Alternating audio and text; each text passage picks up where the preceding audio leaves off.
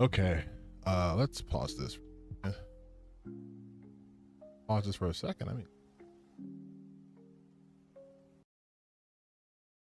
okay, yes, I know this is not my normal streaming day or time or anything like that, but to be completely honest with you guys, I was hello. I was like in the process of recording a video, and then I finished it, and I was like, I don't like it. I don't like it. It seems too unfocused.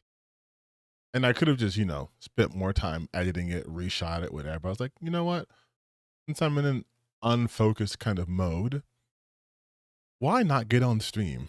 Why not just last minute get on the stream, have everyone not show up because I keep changing my days, and just go from there?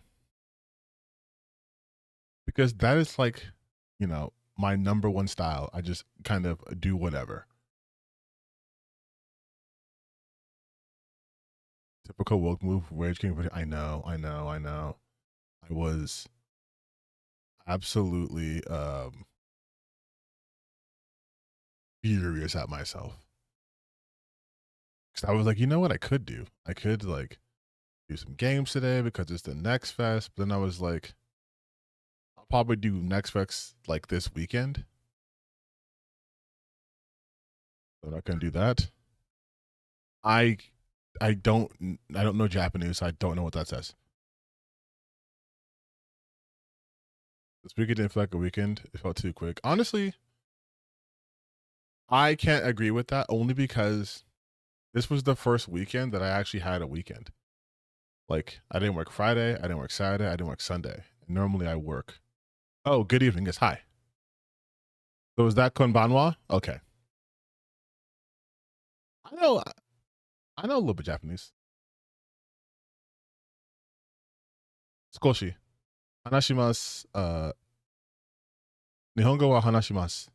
でも、上手じゃありません. It does not say that. Shut up. Yeah, honestly, what I wanted to just go over with you guys was just I get irritated. I don't know if you guys know that about me. Sometimes I get irritated. And when I get like really irritated, I gotta get off my chest. I gotta get off my chest. If I can't get off my chest, then it's just like it's gonna eat me from the inside. Right. So what I wanted to talk about, and I think I talked about it briefly. I've been streaming so much lately, I don't know. I think it was on my Friday stream. Aggravated? No. I get annoyed. Uh, I'm honest with myself. A lot of what I do is out of annoyance and spite. But I was really annoyed at the whole thing happening with Xbox.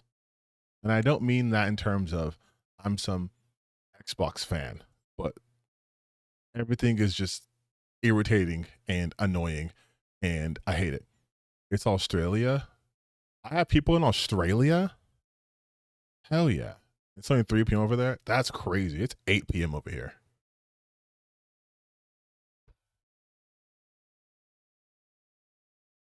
But yeah. You appreciate myself for it. That's why I said thank you. I think it behooves all of us to be self aware. Like, I know who I am. I know my station. I know my appeal and my pull. I got offered a like a kind of like a sponsorship deal, and I was like,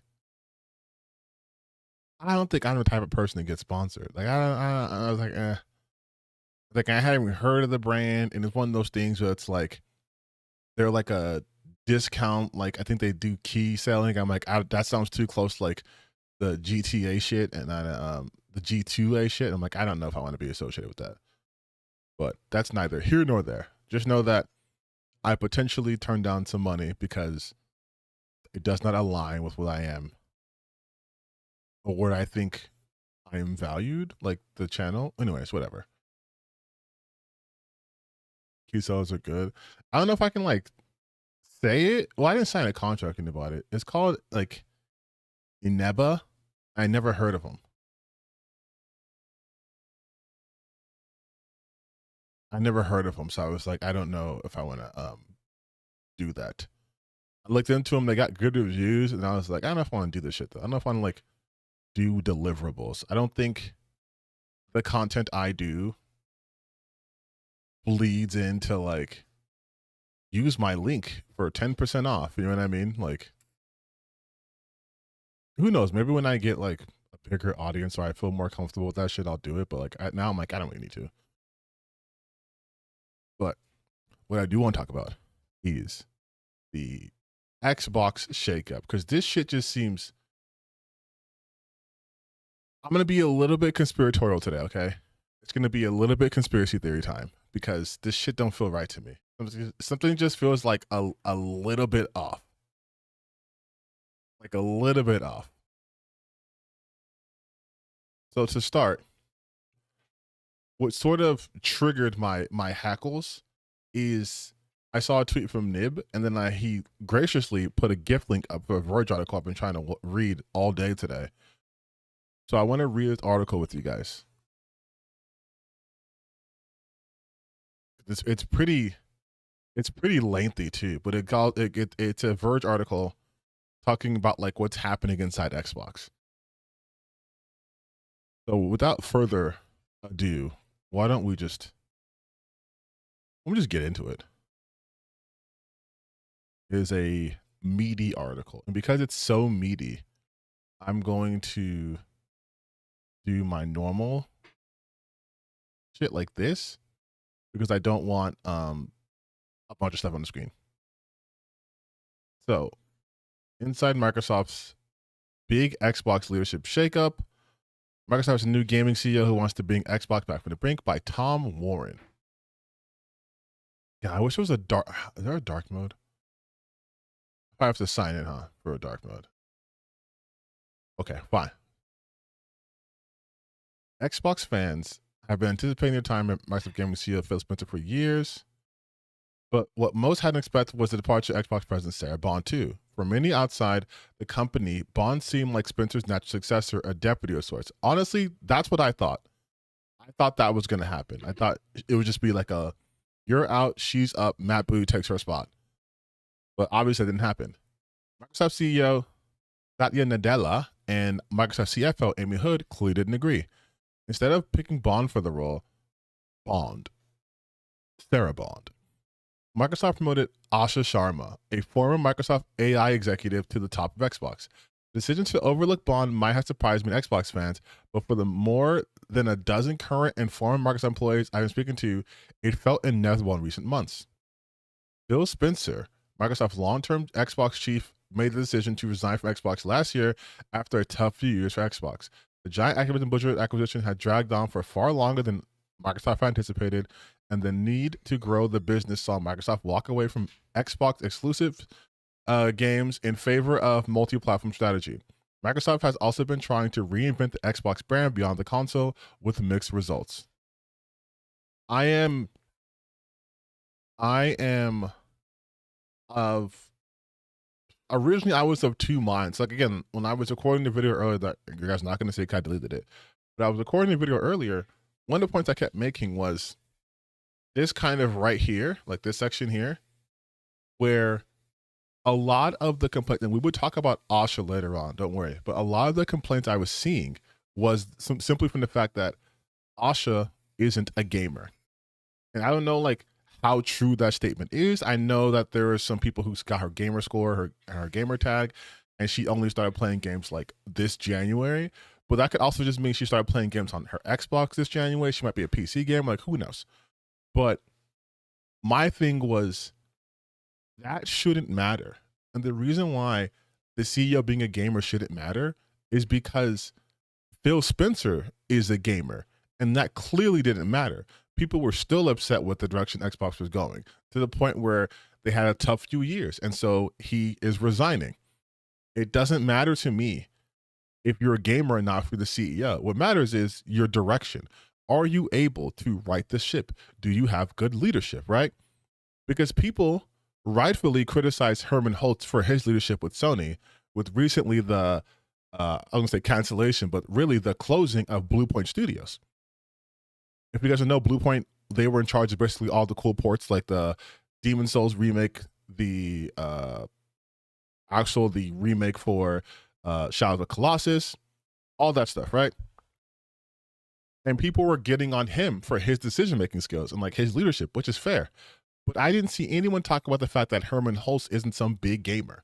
No one's talking about his place, his PSN ID, how many trophies he has, right? How long he's been gaming. That doesn't come up. And so I can't help but sense a bit of sexism at play, because to a similar extent, Devin Pritchard was getting shitted on by these fucking grifters, right? And I made a video about that, how like they're hate Devin because she's a woman. And they were just talking about how she's not qualified, how they've gone woke, how she's the Kathleen Kennedy, as if Kathleen Kennedy wasn't qualified for her job, or she's a Karen and all these things. But Devin Pritchard had been with the company longer than Doug Bowser had been, who was the previous president, right? So like all that to say is the way that the women get treated, it's very different. Like it's very different to me. And again, I will address like the whole AI side of things too. Don't worry. But I just wanted to get that out of the way since I'm kind of going along. And normally I don't read the whole articles to you guys, but I feel like it's important to this time. So I'm going to be like interspersing, you know. I've seen a lot of criticism against Herman. Yeah, sure. But I'm saying how much of that criticism was centered around him being a gamer versus his leadership, right? Y'all should know him by now. I'm not going to shield someone from valid criticism. Valid criticism is good. It's used to improve. But if your criticism is just you're a woman, you're Indian, you're black, you're gay, you're a game, you're not a gamer, that's not valid criticism to me. Unless you're talking about someone who's like, I love video games, I will game all day, and then like, obviously you're not a gamer, right? Spencer's decisions. Well, the reason I mentioned that is because, again, Phil Spencer is a known gamer, right? His gamer tag, everyone knows him, right?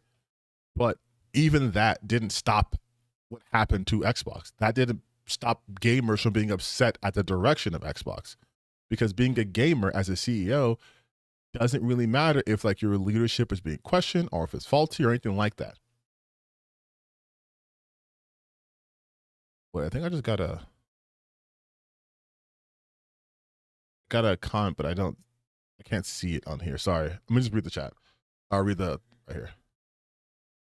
People hold Xbox employees to a different standard. True. All right. Spencer decisions led to months of careful successor planning. It was announced on the one on Friday, but it was supposed to be today. See, okay. So if you guys remember my last stream, didn't I tell you that it felt weird how they were announcing it? Like big stuff like this should be announced not over the weekend where it can be buried in the news cycle, but it should be announced at like the beginning of the week because it's a huge news piece. Like if they were prepared, they would have done like a better rollout, and they didn't. And I remember some people in the comments and my chat were trying to be like, no. I'm like, no, this feels weird. So, okay, this is nice confirmation. But today, Microsoft was forced out early because it started to leak, and IGN is planning to run a story according to sources familiar with the situation.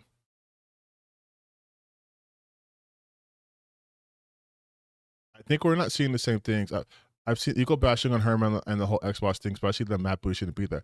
Right. But what I'm saying is the bashing that you're seeing, how much of that is related to their job? Thank you for subscribing.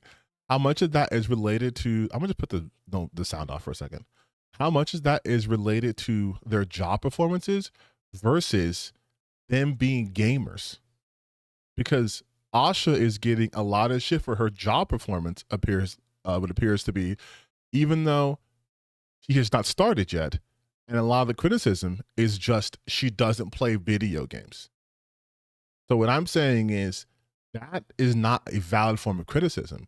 And what I'm also highlighting is that people like Matt Booty and even Herman Host, while being critiqued, aren't being critiqued on their gamer credential.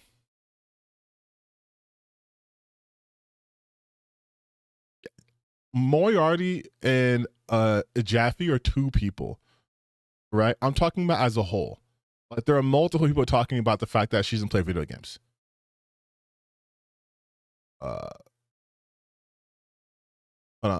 That kicked off the day's chaos, where teams inside Xbox were hearing the news first through reporters and news outlets that have via internal memos. The team running Sarah Bond's social media accounts were so prepared that a LinkedIn post inviting people to provide feedback about Xbox accessibility features went live just before her departure was announced. They sat there for hours until Bond's team eventually posted her own memo. See, again, I knew that didn't feel right.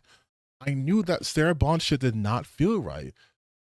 Because I again, in my last stream talking about this, I was like, hey, doesn't it feel like this wasn't planned out? There's no rollout. There was no video. There was no nothing. It was just a LinkedIn post. I didn't feel like, I forgot who I was discussing with in the chat, but they were talking about how, you know, they were talking about how Xbox hadn't been for the gamers for a long time. I was saying that, but they still present themselves as that. So they should have done like a Reggie Fils-Aimé type of situation. And I was like, vindication.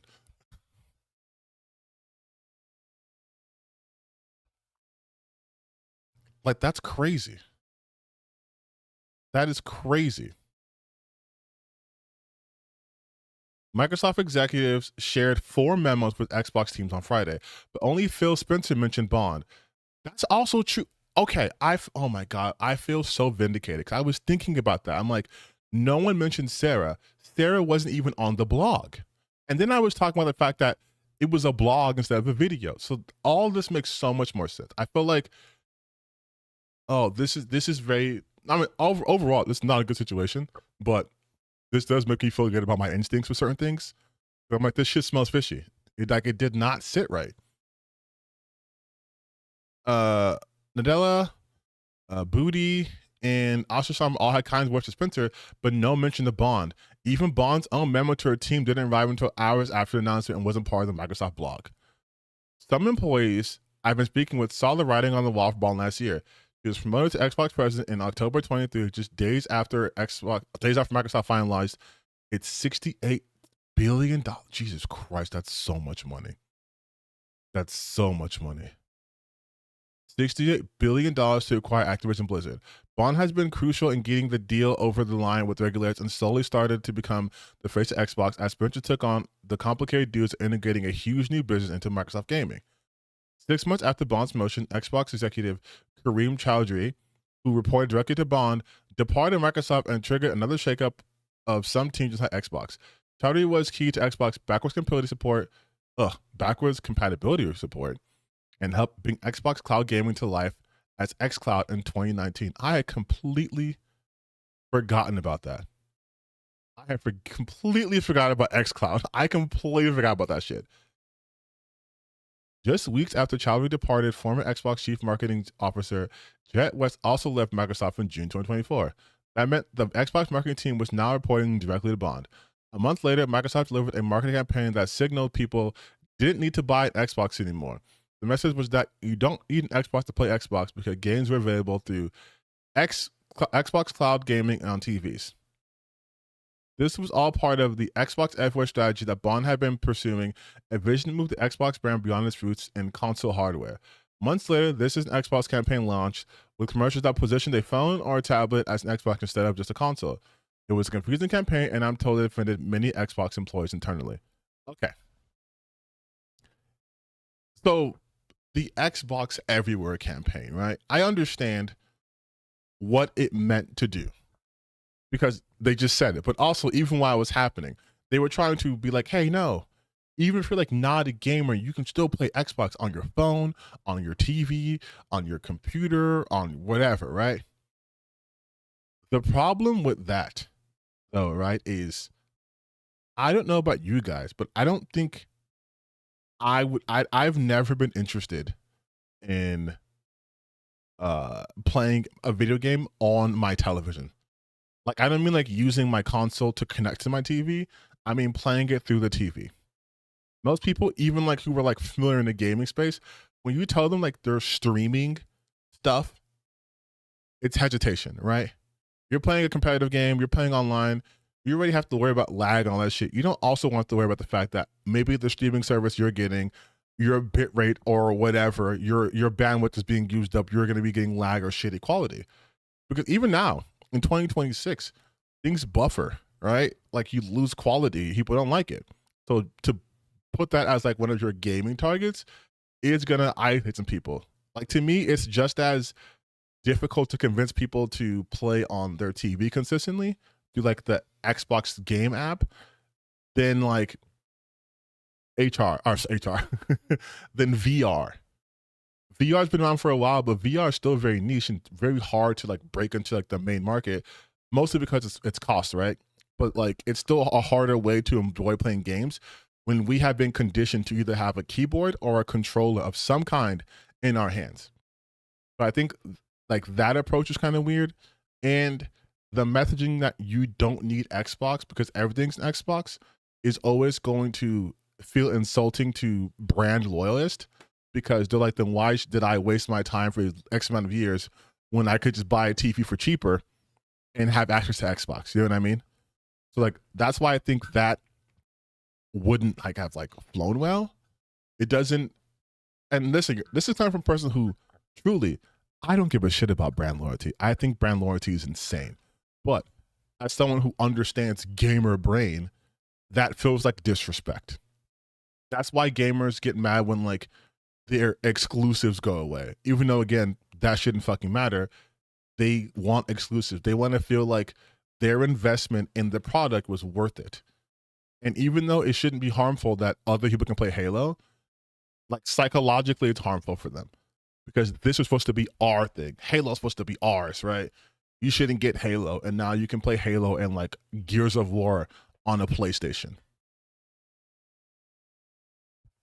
And I'm just like, I get it. Like I understand from like a psychological standpoint, but I'm just like, bro, I don't care. At the end of the day, I don't own Microsoft.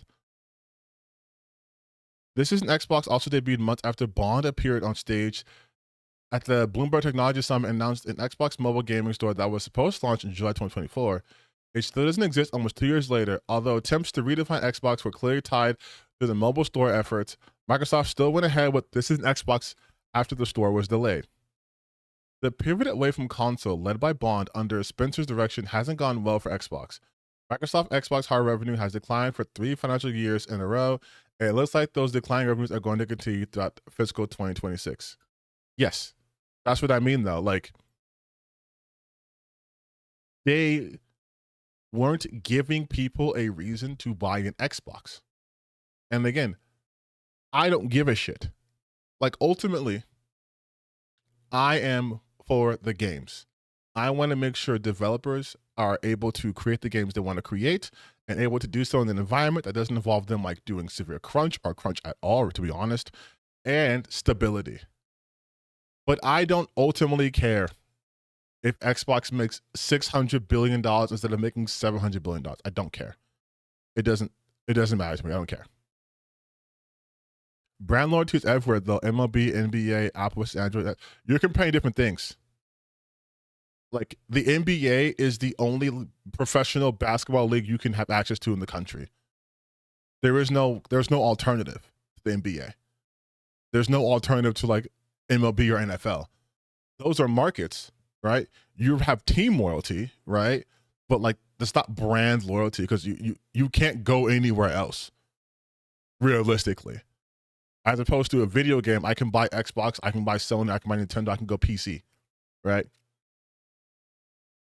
And Apple versus Android, yeah, that's also stupid. I used to have an iPhone, and I have a Samsung.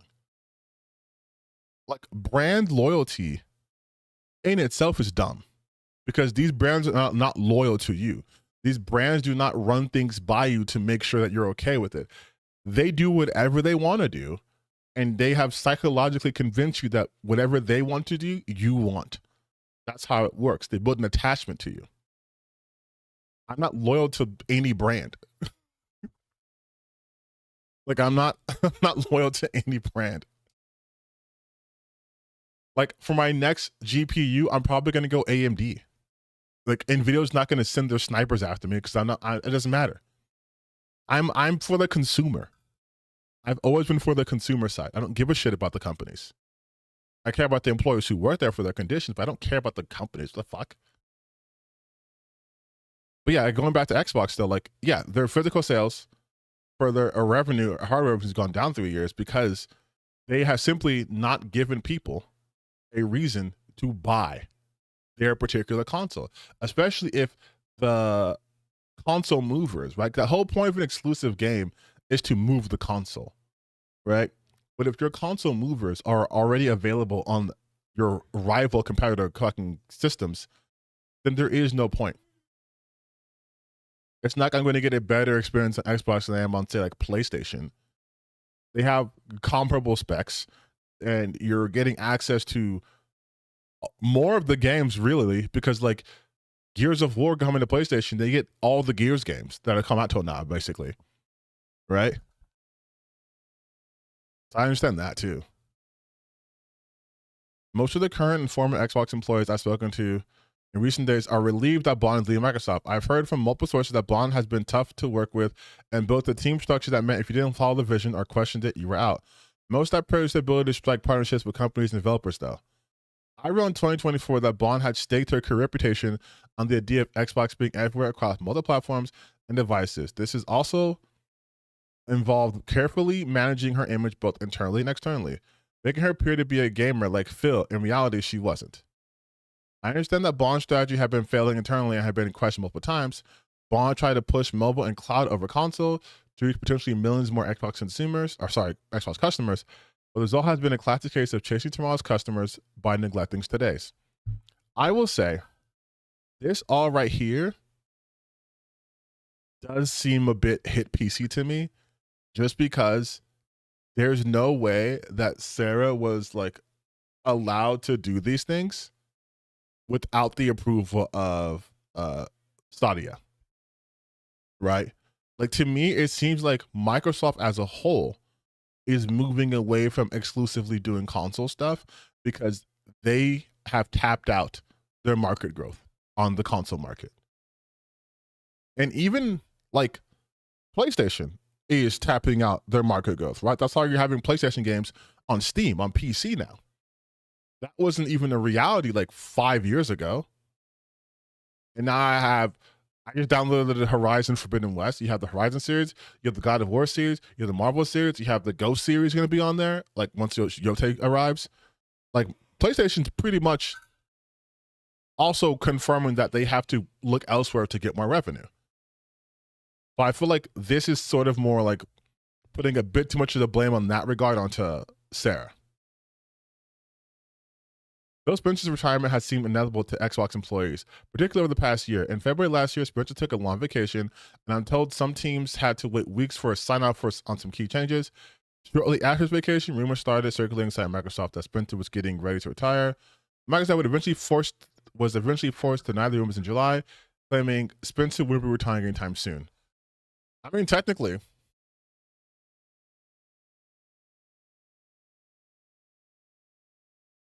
wait, I just want good games and care nothing about the corporations or profit. Yeah, like, that's basically it. That's a consumerist perspective, right? Like, I'm not blind to the struggles of game development and developers. Like, I wish them well, but I'm not going to lose sleep if Microsoft or Sony or Nintendo or Valve doesn't make all the money in the world. I'm not going to lose sleep. Like, I don't care.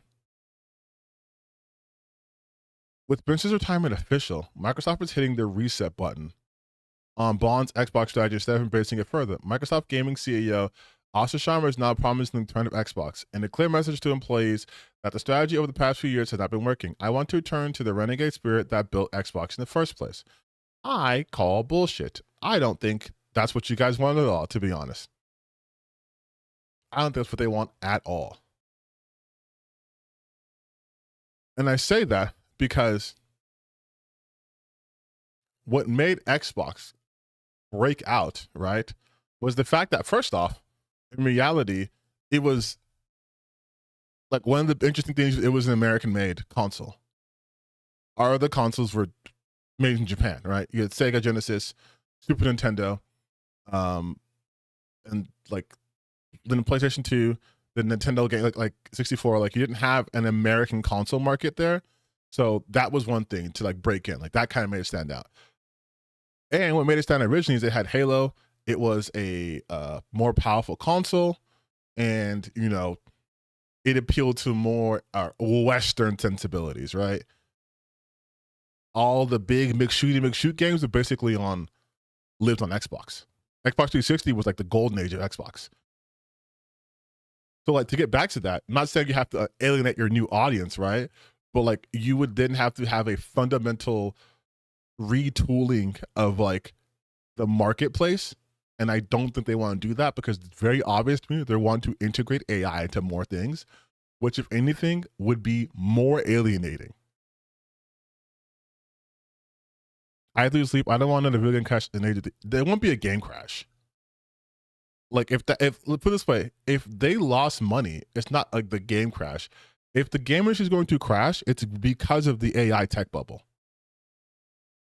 Like if the game industry is going to crash right now, it's because of the AI tech bubble. If any tech industry is going to crash, it's because of AI.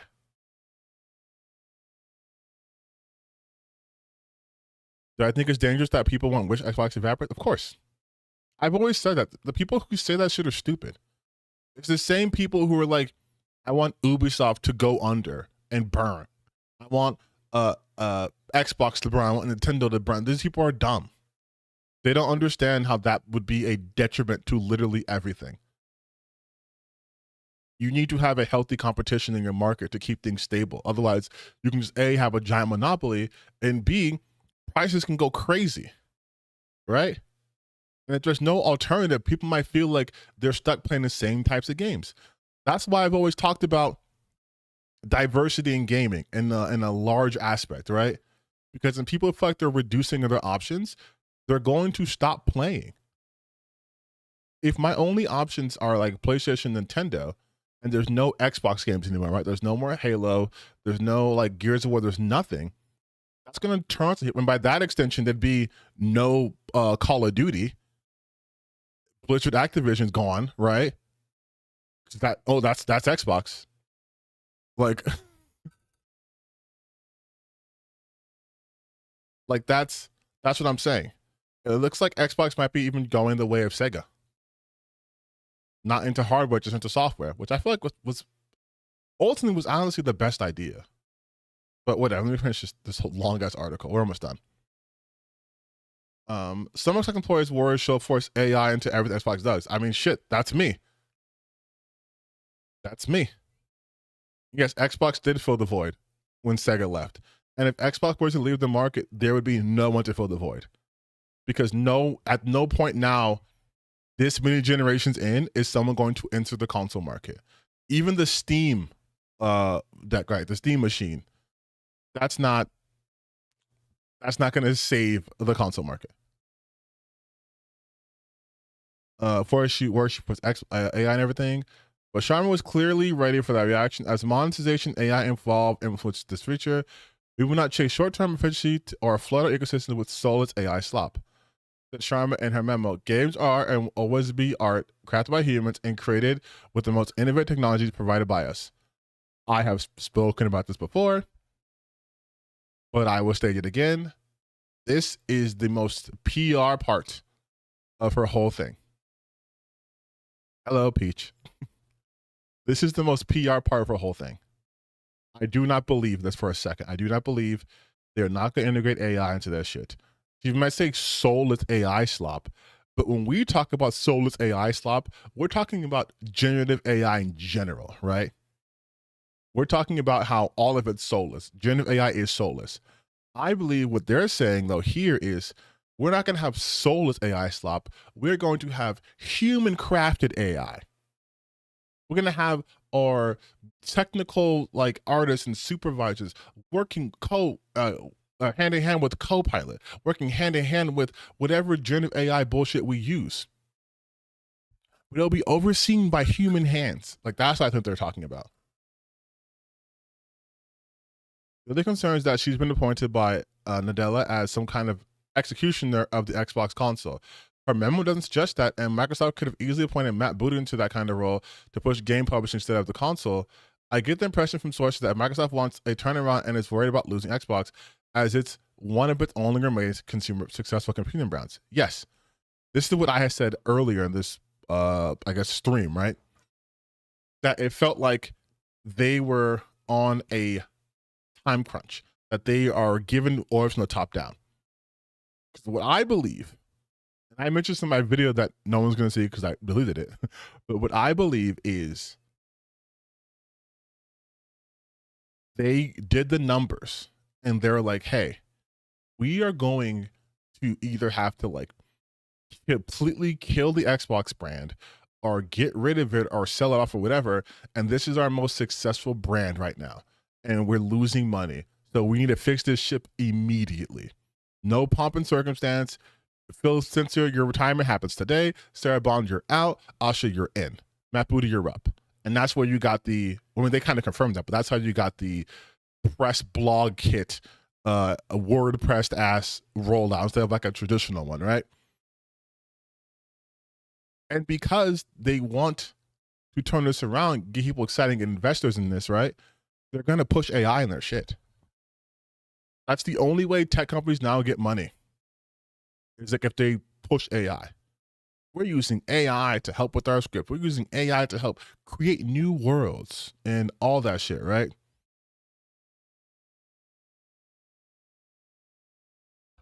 But like from a consumer standpoint, hearing the word AI is poison, dude.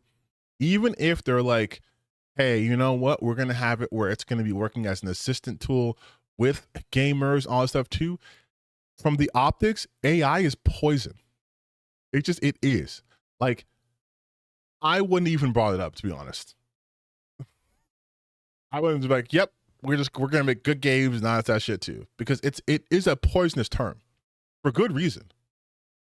I hope they don't disband Xbox brand. I have so many games in that ecosystem. I mean, they look like they don't want to, but at the end of the day, a company will do what's best for its bottom line. Those who know Sharma better describe her as enthusiastic, willing to learn, and very capable of getting teams to execute on a clear vision rather than coming in as a product executioner. She also has a history at Instacart and Meta overseeing platform launches and getting people to use products, the type of user acquisition that Xbox has failed at recent years. Sharma's non-gaming credentials don't mean she can't do the job at Xbox, but it'll still be tough getting to step into the shoes of Phil Spencer, who is widely respected inside and outside Microsoft. He'll be remembered for the impact he had in turning Xbox around more than a decade ago. Xbox could have easily died after the Xbox One disaster, true, but Spencer made transformative decisions that have benefited the entire gaming industry. Xbox led the way in consumer-friendly decisions like crossplay and allowing consumers to buy a game once and play it across both PC and console. On Spencer's watch, Game Pass has also forced competitors to offer similar subscription services.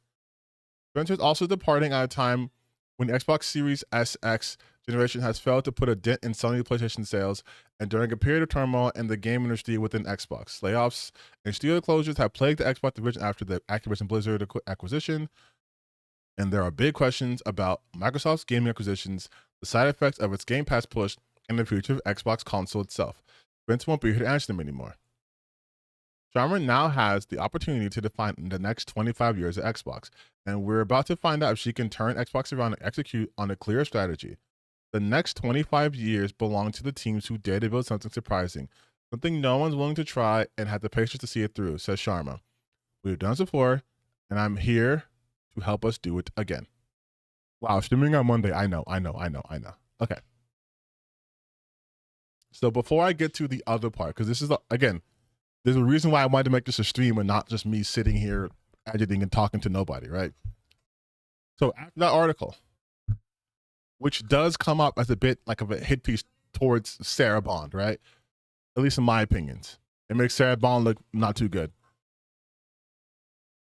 The questions I've had, I still kind of have, but a lot of my earlier hesitation and apprehension seems to have actually been validated, right? Because if you guys remember, I did bring up the fact that it felt kind of weird how they rolled all this shit out.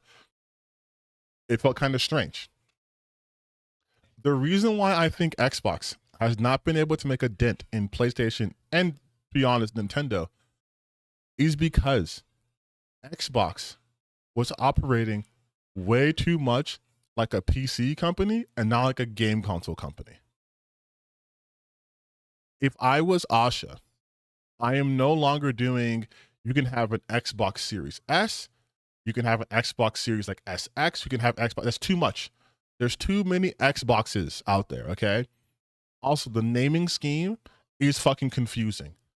From just, because you have to understand something too. Non-casuals will still interact with your product because they might be buying it for like a loved one or a friend or whatever. PlayStation goes by numerical values. PS1, PS2, PS3, PS4, PS5.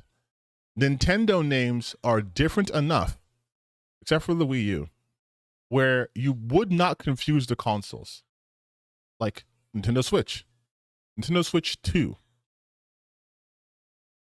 If you were going to like a GameStop or going to a Best Buy or wherever you would purchase your consoles, and you come to the front desk and they be like, "Hey, I want Nintendo. Oh, I want the new Nintendo console. Oh, you want a Nintendo Switch or a Nintendo Switch 2? I want the new PlayStation console. Oh, you want a PS5? I want the new Xbox console. Do you want the Xbox One X, the Xbox One S, or Xbox Series S?" And it's like, I want the new Xbox. Like, yes, but your choices are Xbox, Xbox One, the Xbox One X, the Xbox Series S. Like, do you see how that's already confusing?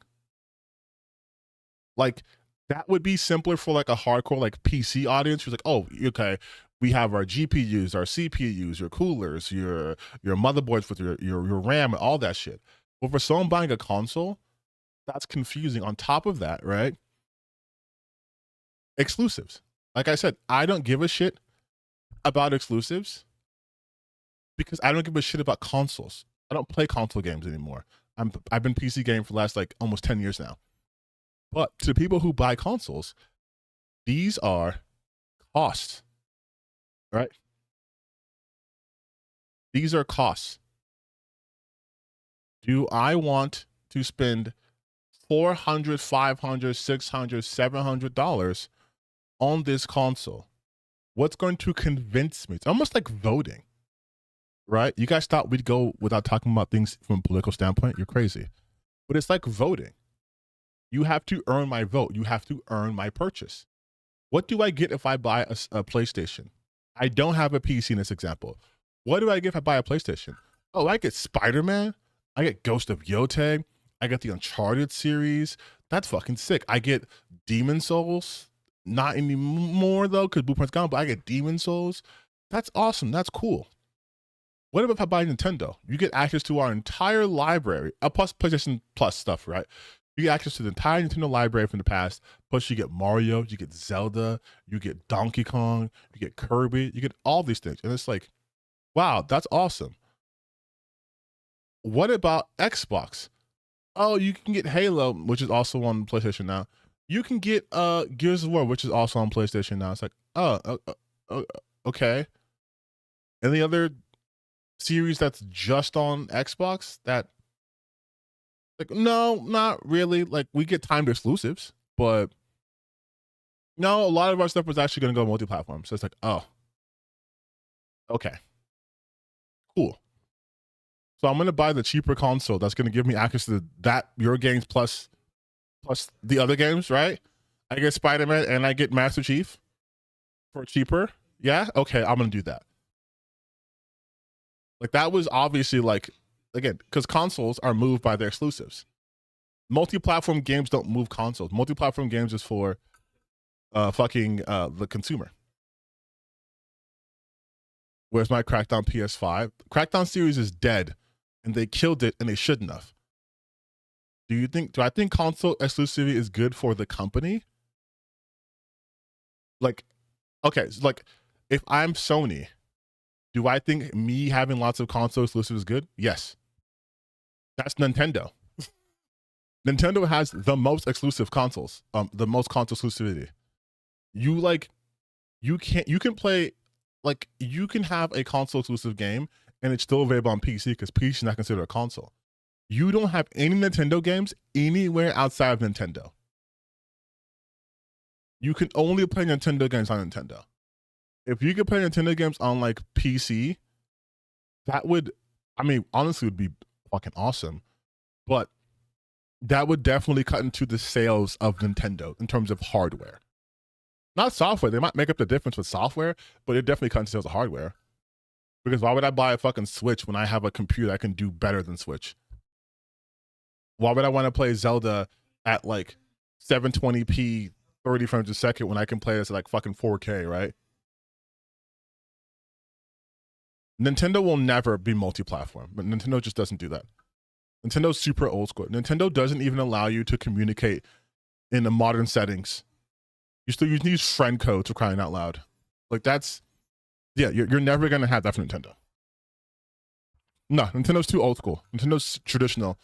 Nintendo's been around since the literal 1800s. They're not going to change how they do things. They're not. Nintendo doesn't even compete with Microsoft and Sony anymore. Not since the truly the Xbox 360 era, but like officially Xbox One, PS4 era. They stopped competing there.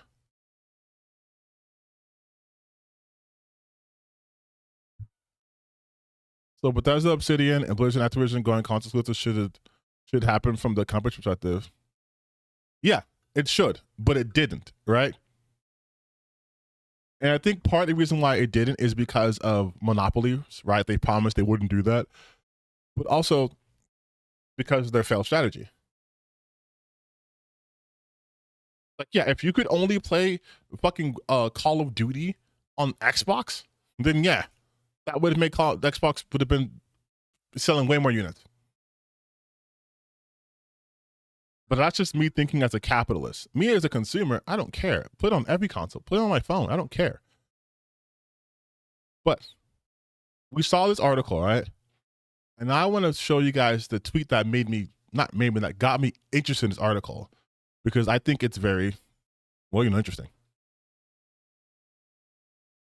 So Nib posted this. The Verge has an article by Tom Warren with juicy details about Xbox shakeup.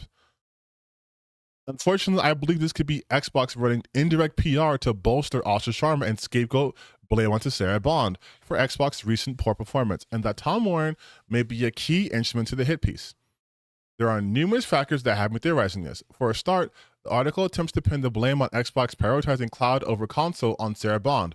Warren writes, I understand that Bond's strategy had been failing internally and had been questioned multiple times. Bond had tried to push mobile and cloud over console to reach potentially millions more Xbox customers. The problem with that is that Tom Warren himself has an article from back in June 2023 titled, Microsoft Sacrificed Xbox Series X Sales for Long-Term Ambition in Cloud. In the article, he shares an email from Phil Spencer in 2020 that was part of the FTC leaks, in which Phil wrote, what the heck? Oh, weird. From a strategy perspective, I believe in our trade-off for cloud and content in gaming over console volume, and added, with our strategy and opportunity, console volume will still be the thing we constrain to grow our long-term ambition. So we actually already know for a fact that Phil Spencer was prioritizing cloud over console all the way back in 2020, 3 to 4 years before Sarah Bond was even head of Xbox. And Tom Warren himself wrote an article on it. Further, Sarah Bond was promoted to Microsoft Gaming CEO in October 2023, years after xCloud had already come into play, because that came into play, remember, in 2019. And 7 months after porting work on PS5 Xbox games had already begun based on LinkedIn excerpts. Both Stewart and Satya Nadella had also indicated they were interested in a larger multi-platform push around that time too. And both Satya and Phil had spoken about the importance of mobile previously too, which again, all puts holes in the narrative within this new article. Let's remember, Xbox console market share decline and Game Pass growth stagnation had also predated Sarah Bond becoming Xbox head. In any case, The Verge reports Xbox employees are relieved Sarah Bond is leaving Microsoft. And we went over this already in the article, so I don't go too much over this. So, was Sarah Bond the primary champion of the multi-platform strategy, one she bullishly pursued, or is this a hit piece that attempts to scapegoat Sarah Bond for strategies pursued by Phil or higher-ups, which email and other evidence as far back as 2020 indicates? So this is the article. We read this one. Didn't read this one. And this is the email from Phil Spencer. So that's kind of why I felt like this seemed a little bit like a hit piece, right? Because there were things in motion prior to Sarah being there. And what it feels like what's happening is, in a kind of strange way, it feels like Sarah got glass cliffed, right? So like, if you guys know what that is, glass cliffing is things are about to hit the shit. Things are about to hit the fan. And so you do a management change or a leadership change. And typically what happens is you will hire a person of color, usually a woman, and they will suddenly take over. And then when shit goes bad instead of looking at who was riding the ship or who was charting the course prior to them taking over as a helmsman, now it's on them. Like now it's on them. So now Sarah gets to be the scapegoat. And I'm more inclined to believe that, especially after reading the article, even the one from The Verge, and how they mentioned how Sadia, Matt, and Asha had nothing to say about Sarah, who was in charge for like, what, 6 years? Who was in charge of Xbox. Nothing to say about her. She wasn't even a part of the blog post. And like her social media team was blindsided. Like, I think this is a covering her ass strategy, and they're abandoning Sarah to the wolves, which I don't like, because A, that's fucked up to do to your person, and B, it's Black History Month. If it was really shady to do that shit during Black History Month, if it was a little intentional, like, yes, obviously, I don't think Sarah Bond is completely perfect and she made no mistakes, but it seems like they're dumping the majority of it onto her, when realistically, how does the president have more power over what like the CEO does? Right? Like, other people had to have been on board with this. That's how hierarchies work. She has people above her. And even if there was like, it was her decision to do, you know, the Xbox Anywhere, people had to approve that. Even if she was in charge of the marketing, she can't just do it by herself. Like, she has to have approval from other people too.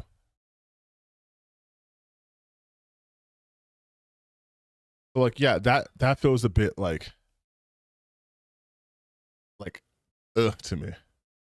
Bond would probably get a golden parachute worth more than what people can earn in lives. Yeah, but I don't care about that. All these people make more money than anyone will make, right?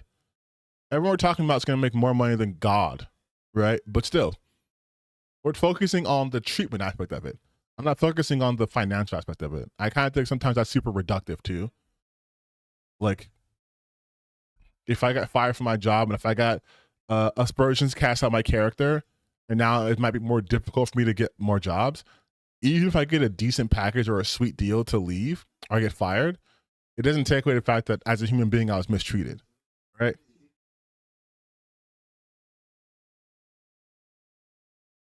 Like, if I was in like the NBA and I want to do collective bargaining and our owners are being assholes, not listening to us, just because I make more money than like everyone else doesn't mean I'm not entitled to the same protections and treatments as a human being or a worker.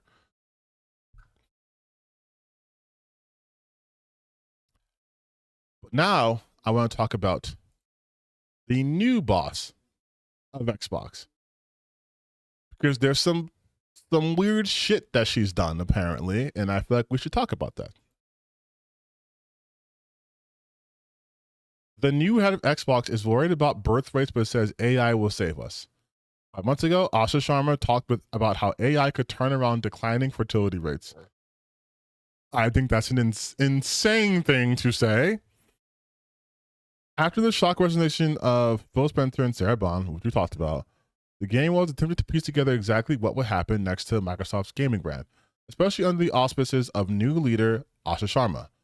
Why has someone with a background in AI and not gaming been put at the helm? And wait, she said what about birth rates and AI? Big tech's obsession with birth rates figures is something that should certainly make you feel uncomfortable, given it's usually about a half step removed from matters far more sinister, like eugenics. Which is why it's so disappointing to hear Asha Sharma in an interview on a podcast from 5 months ago saying that the thing she thinks about the most, other than GPUs, is whether her son will have classmates in the future. This is because she says fertility rates are declining. The average birth rate in the 90s when we were growing up was like 3, and now it's 2.3.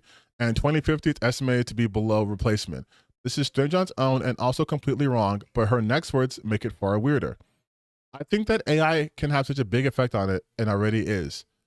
Sharma goes on to give examples of this, like how she's heard about a hospital in London that's using AI to improve the fertility success rate of IVF, the amazing story of how ChatGPT 5 is helping healthcare, and how Stanford was a big customer of hers using AI for tumor reviews.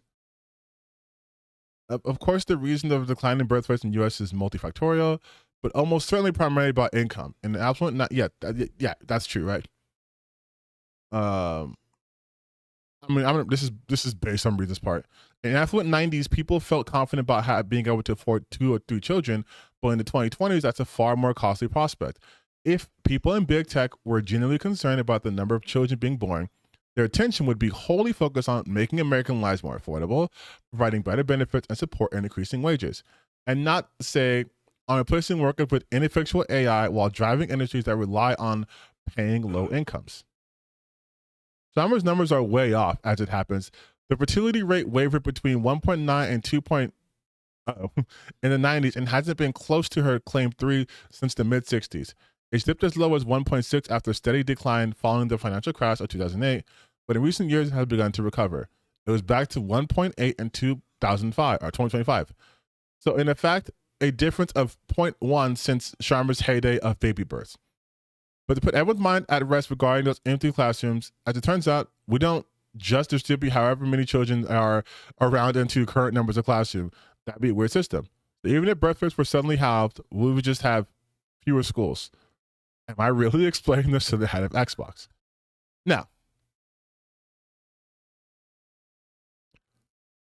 this was a weird article for a weird person. I want to actually hear a bit what she said in her own words.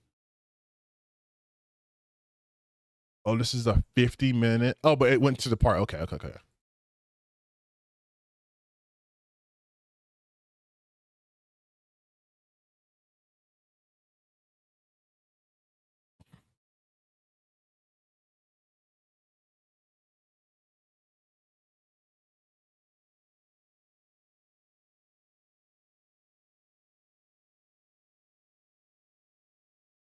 Oh, I was a joke, you guys. It was joking. I got to put the sound back on here. Outside of GPUs is I think about, like, will my son have classmates in the future? And that's not because agents are going to replace them. It's because the fertility rates are declining, right? Like the average birth rate in the 90s when we were growing up was like 3, and now it's 2.3, and in 2050 it's estimated to be, below replacement. And I think that AI can have such a big effect on it, and already is. Like, I was just reading about a hospital in London that's, able So to improve pregnancy rates by using AI. she said Yeah, this. especially in your role where you're building the platform that enables all of this. I could see how impactful that could be. Asha, is there anything else that you wanted to touch on or share or double down on of anything we've talked about before we get to our very exciting lightning round?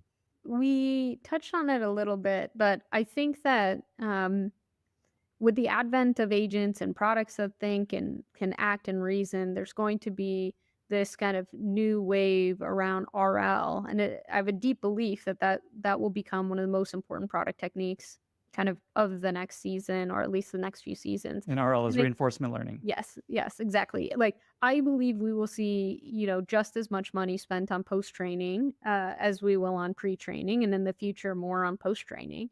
We talked a little bit about Nathan Lambert's study where his review was that. Okay, I stopped caring about that. But hearing her speak, I do have. So I have always had concerns. I shouldn't say always because this is a new turnout, but I've had concerns since I found out that she was coming from like the AI side of things. Like I touched upon very briefly. We have been seeing basically the encroachment of AI in all our spaces, right? You go on Google, it's fucking Gemini. It's AI. YouTube, AI summaries. You try to find an image or something, it's AI generated. You go on Instagram, right? There's AI Reels. So you go anywhere, even like in sex work, there's AI OnlyFans model. Like it's AI is everywhere, right? Generative AI. You have ChatGPT. You have large learning language models, right? You have all this stuff, and it's never been implemented in a way from a user standpoint, right? That you see the actual benefits for it. Some people use it as a therapist, which you shouldn't, and they're having delusions and they're having psychosis because they're getting stuck in these chat GPT relationships. But it, as far as it goes with video games, it has always been, and I think it's been obvious to most people, this was always going to be used as a way to get rid of developers and artists and voice actors so that the people up top, the CEOs, the presidents, what have you, can make more money. The investors to get more of a return, because instead of paying people money to build a game, they're like, the AI can build 80% of it, and we'll do cleanup and fix up, right? Like, we know that's their goal. We know that's their goal. That's why they've been introducing this so haphazardly, because nothing else in recent history has been released so quickly, right? Like, and it started with like deep fakes. There was no safeguards when that shit came out. It was just, here you go. There it is. And even now, like, there are still barely any laws that prevent deepfakes being used in malicious ways. Meanwhile, DMCA, the Digital Millennium Copyright Act, came out in like 2003. And the internet, as we know it, was very no, it came out in 1998. It came out in 1998. DMCA came out in 1998. People were using the internet in like 1996, and they were making like GeoCities web pages, right? And even in 1998, they were passing laws. DMCA. This DMCA has been around longer than ICE, okay? Just to give you some perspective on things. But it's been on for a long time because they were taking preventative measures, right? Because like, hey, this is a new form, this is a new platform, this is a new type of media, but we got to make sure we got things being protected and all that shit too. No such things have existed for deepfakes, for AI, for any of this shit.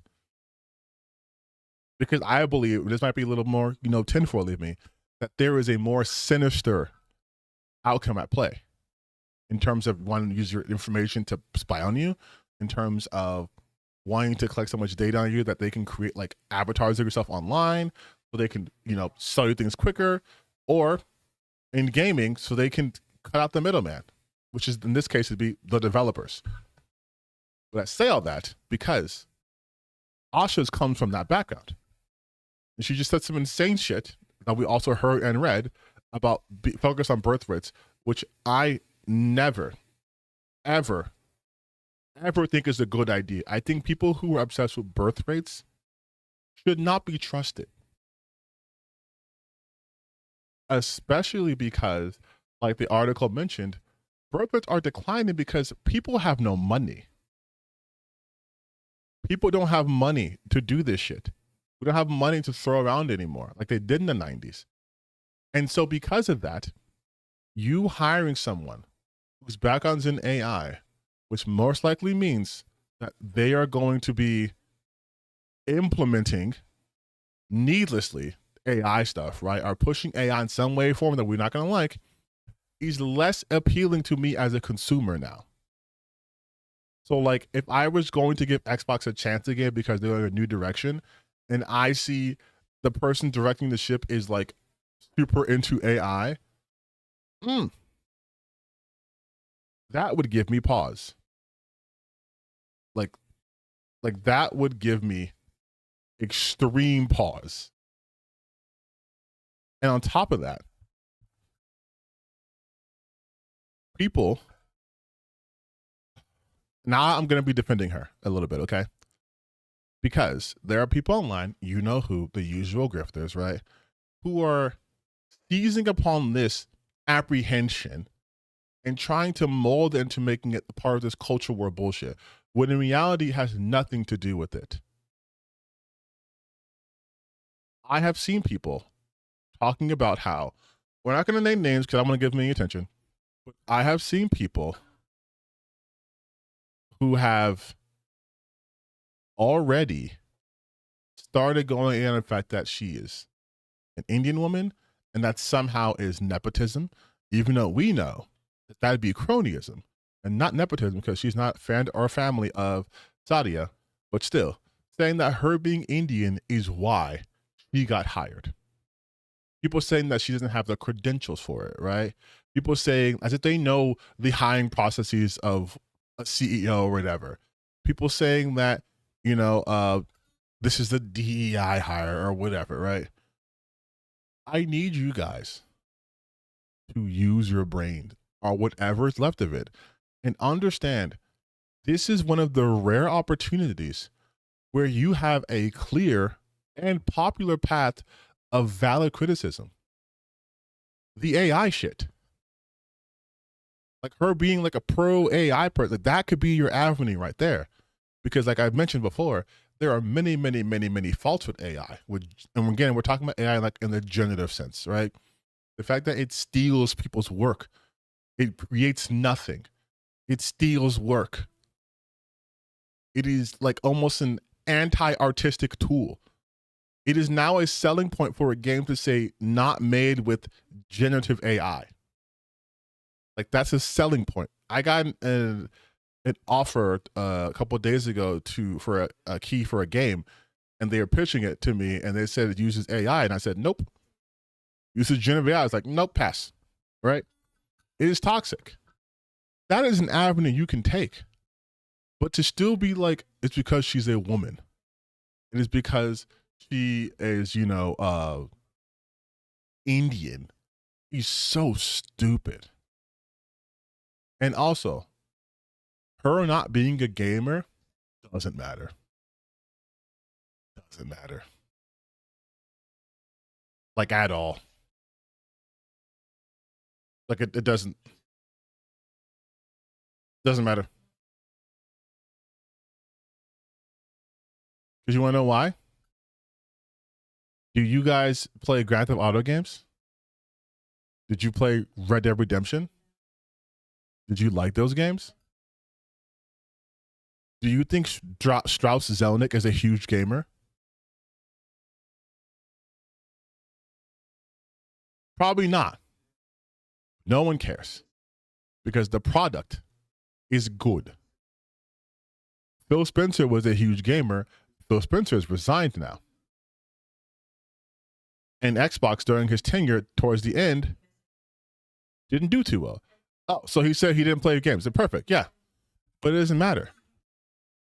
If I was in charge of like a game development company, then that matters. That matters a bit more. Strauss Zelnick admitted to not being a gamer, and yet, how many people are looking forward to GTA 6? How many people are still playing GTA 5? How many people are always talking about Red Dead Redemption 2, right? How great it is. He was the CEO of Take-Two. Like he's the CEO of Take-Two. He's been the CEO since 2007, okay?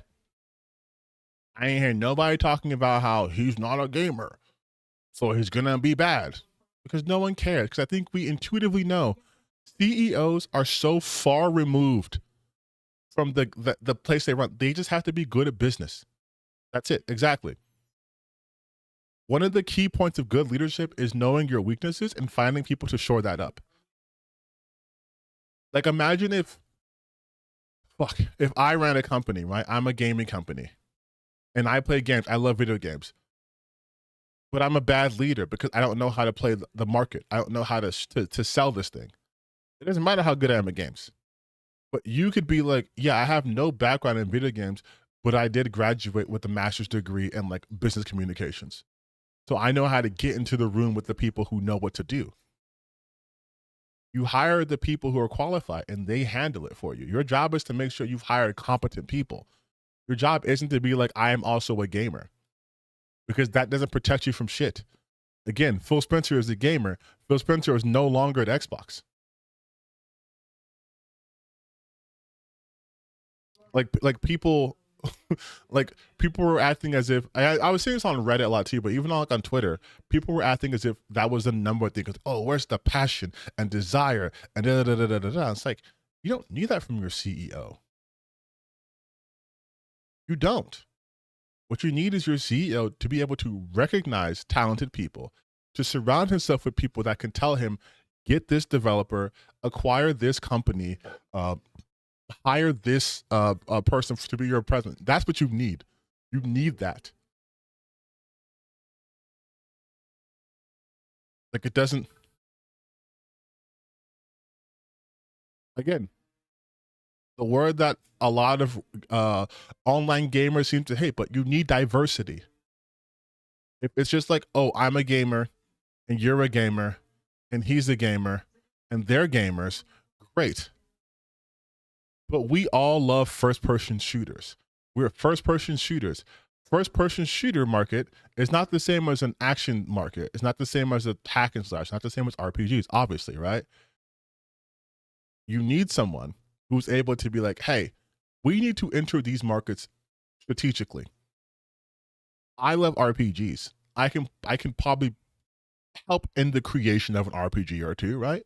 Maybe not significantly, but I can help. But as a CEO for a gaming company, right, like Microsoft, I need bigger vision than that. And then it's to other people to expand on that vision, to make that vision a reality. I doubt Asha is going to be going to Bethesda and being like, all right, next game you guys are going to make is da-da-da-da-da, right? That's not going to happen.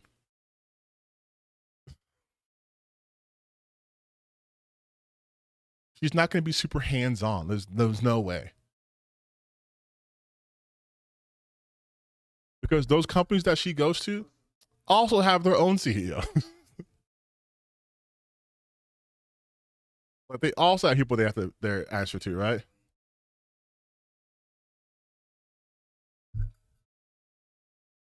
But anyways, I just think it's weird that people are still resorting to the same tactics they were using against just like a couple of weeks ago against Devin Pritchard.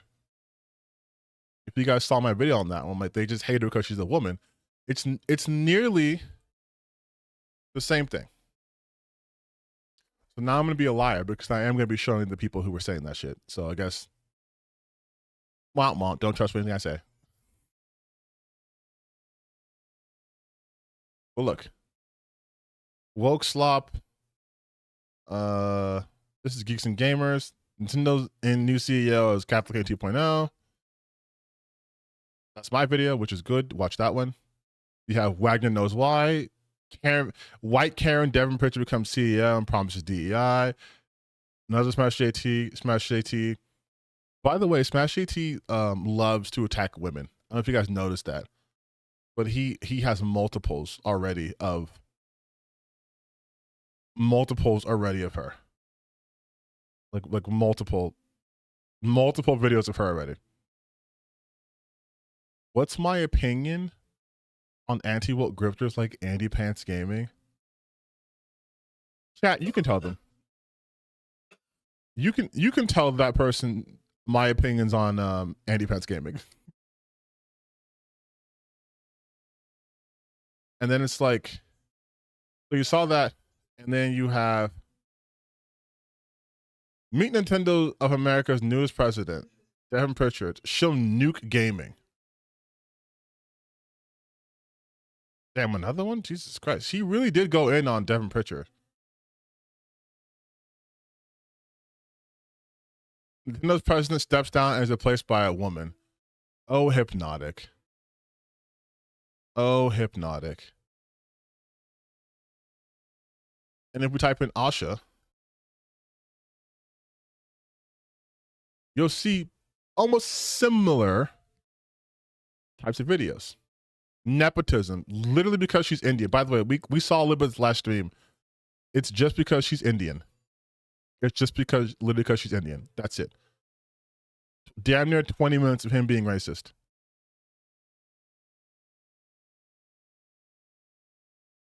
Gamers will love AI. God tier Nepo baby. Like it's and we'll see more. Backfire. New Xbox CEO shares gamertag. She's blasted because it appears to be staged. Once again, They have some of the worst goddamn titles on videos you'll ever see. Hey, that's me. Oh, Birdman. How do you know he streamed? I never catch a stream.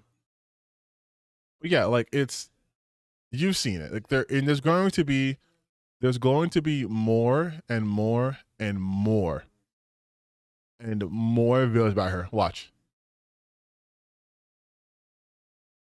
But they're doing nearly the same thing. They're doing nearly the same thing. And that's what I was also wanted to talk about even more so, right? Is I know I have at this point a reputation of I'm the guy that people call like a shill, even though I've made multiple times I don't care about companies, but I get called a shill because I have, I don't know, morals or whatever. But the way that sexism and bigotry in general has become not only like staple to the gaming sphere, but so like massive that you can predict what people are going to talk about is so frustrating, man. Because I don't like having to defend the CEOs. I don't know if you guys know that about me. I'm not a big fan of CEOs. I'm not a real big fan of capitalism. But I always have to find myself in these positions because these losers will always take the easiest, most base instincts route to getting clicks and attention. And unfortunately, that is the attention economy is what we're in as content creators. So I have to constantly see this shit. And I'm like, this is just sexism. Like people are just being bigoted. Again, making a video saying that Asha Sharma is not qualified, and your whole thing is because she's Indian. Like I cannot begin to describe how just blatantly racist that is. And the fact that people are just allowed to like do this now, it's so annoying. I mean, you don't see me defending companies. You'll never see me back conservatives, though. I'm not defending companies. I'm defending the CEOs, which is honestly worse. But it's just so annoying because we know it's going to happen. Exactly. If the game fails, it's the fault of whichever minority group they don't like, right? And it's so tiring, man. It's so tiring. Saying you hate DEI and then turning around and calling every black person DEI. Exactly. Like it's insane. And don't worry, I'm not going to torture you guys. We're not going to watch a Smash AT video. We're not going to watch Andy Grifter video today. I have been going over my recent content, and I'm like, I have been torturing you guys with just long ass, 2 hour long videos. So we'll take a break from those ones. I'll probably just chop this one up so it's more presentable and more focused, but we're streaming, so I can kind of go off the rails a little bit. I always thought they were cheap, but it's thanks to channels like yours and Burmans I started to realize how wrong they were. I can't believe I heard you be hypnotic. I used to watch and support his content a few years ago. It was leading me down the right-wing rabbit hole, and then realized it wasn't about games. I'm glad you're out of it. But I've always been curious, like, about my assumption about the appeal to people like a Hypnotic, a Smash AT, and Asmongold, or whatever. Is it just because they get you emotional? Like they get you mad? Like you already have some nebulous anger, you don't know where it's coming from, and then they're trying to point it like, oh, you're mad because video games aren't good anymore, but they're not good anymore because we have Indians being CEOs, and you're like, yeah, now my anger is justified. Like, was that the appeal to them? Asmon can be funny. See, that's the thing though. Like, I don't think he is. And maybe my sense of humor is a little bit different, but I feel like he just relies on edgelord humor. Like he very much to me has like, and I mean this in like a whatever. I think you guys understand what I'm gonna say. He has very like white dude like edgelord humor vibes, where it's just like, I'm going to say the most outrageous, offensive shit. And if you don't laugh, then you're like a narc. Like,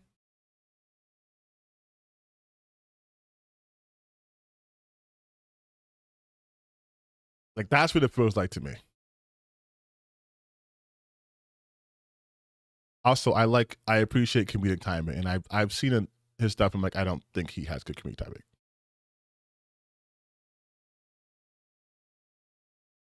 I mean, a broken clock can be funny. No, you know what's funny? You guys want to see peak humor? You want to see peak humor? Here you go. This is peak humor, okay?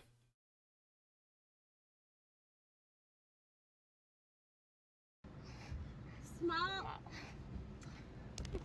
Never mind. That's it. Okay, I like to get the Waka Flocka Flocka Flame all the way. Not the what? What? Two what, ma'am? 2 back shots to that. Back shots? Can we get back shots with that? Do you guys do that? Is that a joke? I'm sorry. No. I'm sorry. Tell me what the nut rag. Is there a nut rag? I'm not sure what that is. You don't know. Stupid. Never mind, sir. Backwood. Backwood. Oh, they don't have it. Girl, you said a backwood. That's not what you think. Yeah, I'm getting this for someone else, and they said it's a grande fupa latte. I don't know what that is. Dude, that's oh my god. The best part about that is the reaction to this one right here. If you listen to the lady on the receiver, like the way she's like, "You want a backwood?" Like, oh, I love backwood so much. Like, Backwood. like Oh, they don't have it. Girl, you said a backwood. she's like, "Girl, you said."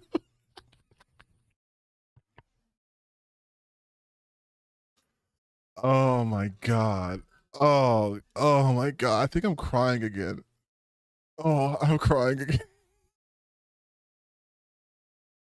I'm gonna get a nut rag. Like, oh my god. See, that's comedy. That's comedy. That's comedy.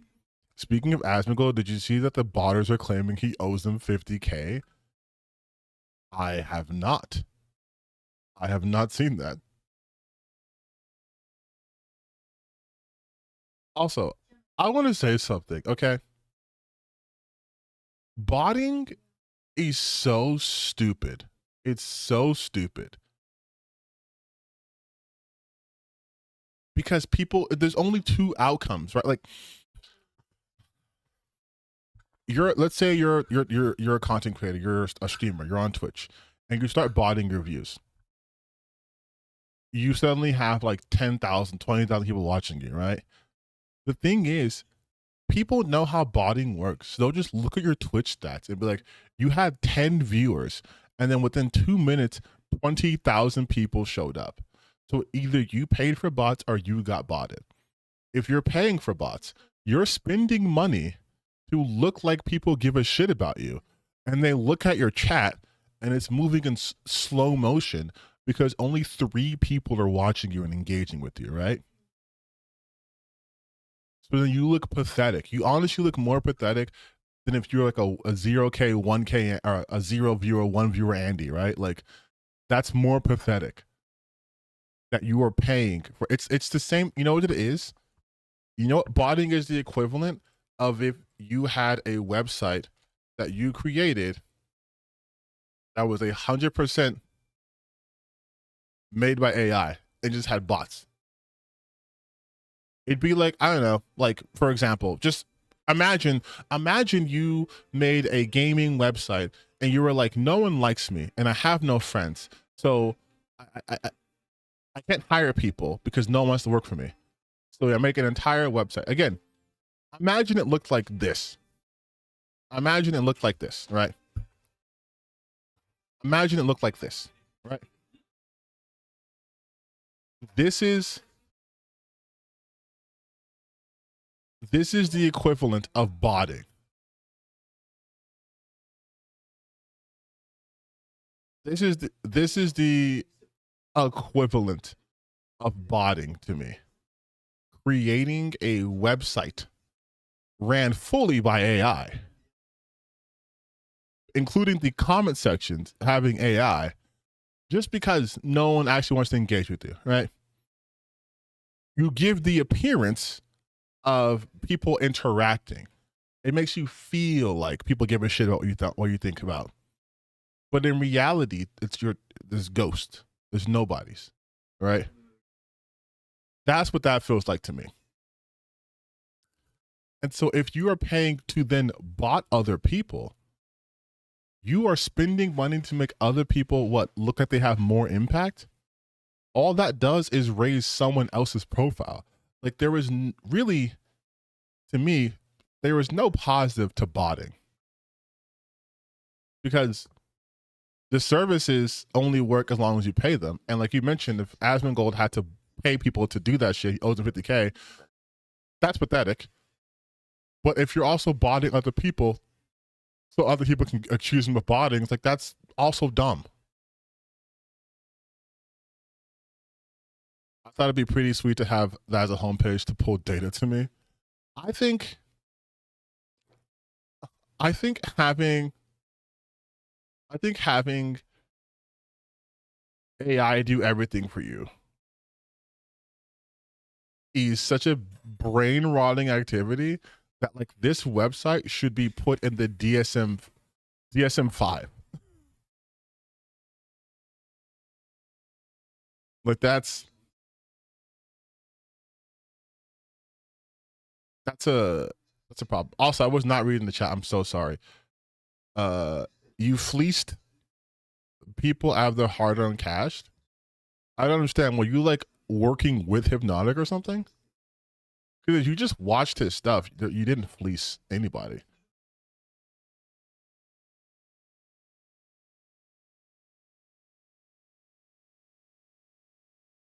Also, wait. Hold on. I just saw something. And it might make me go back on what I just said.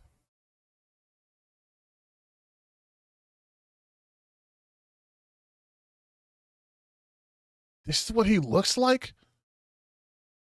Okay, well, that's mean. That's mean. I won't do that. That's mean. That's mean. That's mean. That's mean. That's mean.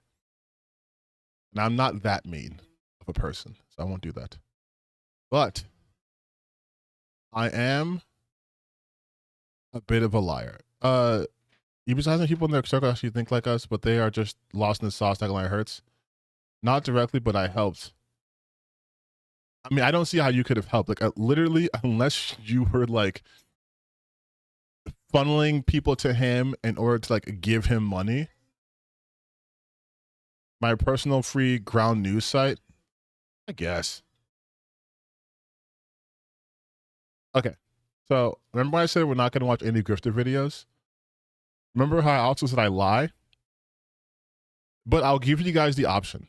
I'll give you guys some options. I'll give you some options, okay? We haven't done an indie video in a long time. We haven't done an indie video in a minute. So, I'll tell you right now, I'm not interested in anything about High Guard. There's nothing interesting there for me.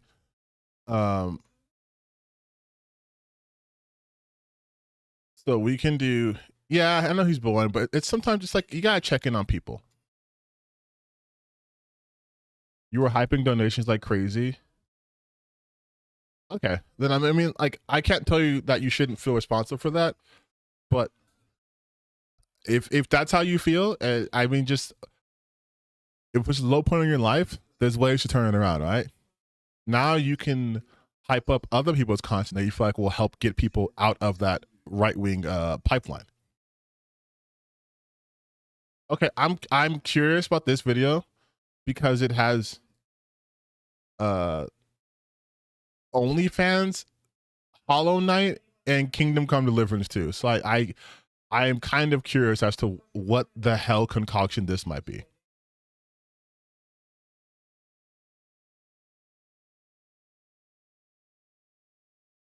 Games used to be the Wow, they just started off. Okay, let's just see. Let's just see. cultural frontier. Entire generations grew up chasing that next immersive world, investing their time and their passion, and many forming their identity based on the games that they would play, especially when they were young. By the way, that's not good. For anyone watching this, basing your identity on video games, not a good thing. You should never base your identity as a person on consumer products. Okay? Just don't do it. Many people who played Nintendo games still do to this day because while yes, they are still good games, the truth is that when you grow up on stuff like Pokemon, Zelda, Mario, that ends up becoming a part of your identity. It's the same for kids that grew up playing Call Oh, holy shit. I didn't think that he was gonna show his face. But no, what he's talking about is what we were talking about earlier. It's brand loyalty. Brand loyalty. What he's talking about. Call of Duty religiously, 2K, for example, FIFA even. Different games and their communities help shape the entire demographics of people based on the media that they consumed in their lives. Ask any anime fan, it's the exact same thing. But before we begin, let's hear from... It's not, actually. He said anime because his thing is Tokyo Treat. That was just a fucking transition. Also, so far... Yeah, so far this just feels like a weird... This feels like a different version of him, in a sense. Like, I don't know if he saw as an editor anymore, but like... Right? Does it feel kind of different? It feels kind of different. With rising development costs or corporate nonsense even, but it's now facing a much bigger problem than anything else. It's losing the attention war. The heartbreaking truth here isn't that video games are less fun to play. Well, that's depending on who you ask, I guess, but some people... You, bitch, you're one of the people who talk about how much fun games aren't anymore. May think that video games are worse now than back in the day too. Many would agree with that besides some shining examples, but it's not that video games are worse per se, but that they're competing with experiences that demand less patience, less commitment, and this is another huge problem: instant payoff. According to a recent industry analysis, video games are now losing out to platforms like TikTok, gambling, and yes, even PORN, which I can't say on YouTube, so I'll just call it adult content, I guess. I feel like you can say porn on YouTube. Like, I just said it. I'm not gonna clap my stream. But again, okay. Oh, hold on. I've been on somewhat of a vindication streak. So this is him now, right?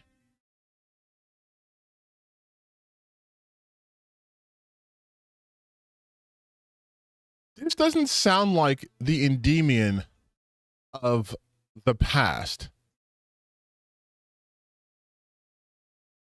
Because why is he being so... Games aren't bad now. It's just they're losing the attention to comment. That's not what he was like 2 weeks ago, right? Like...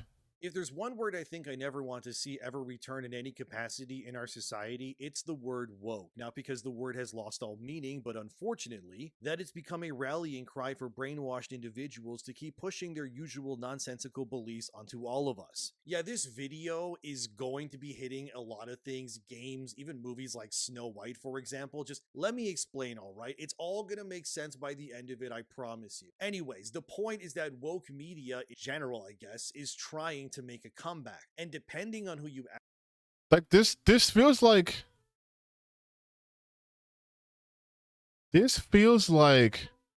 a shift, doesn't it?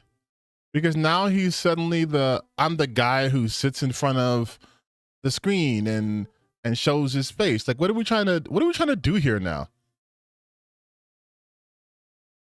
Like, I don't even have to go a year ago, dude. I can go like a month ago.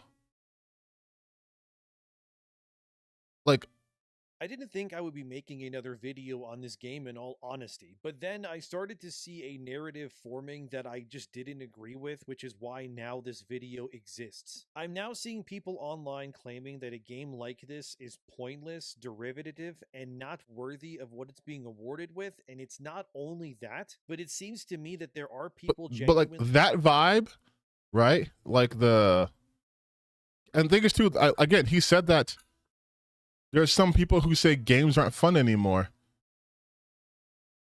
Look at his output. Does this look like a person who's enjoying games? Stop ruining men. Eat the slop. You will pay. They hate this. Buy the slop. We are cooked. Kill it now. They are cooked.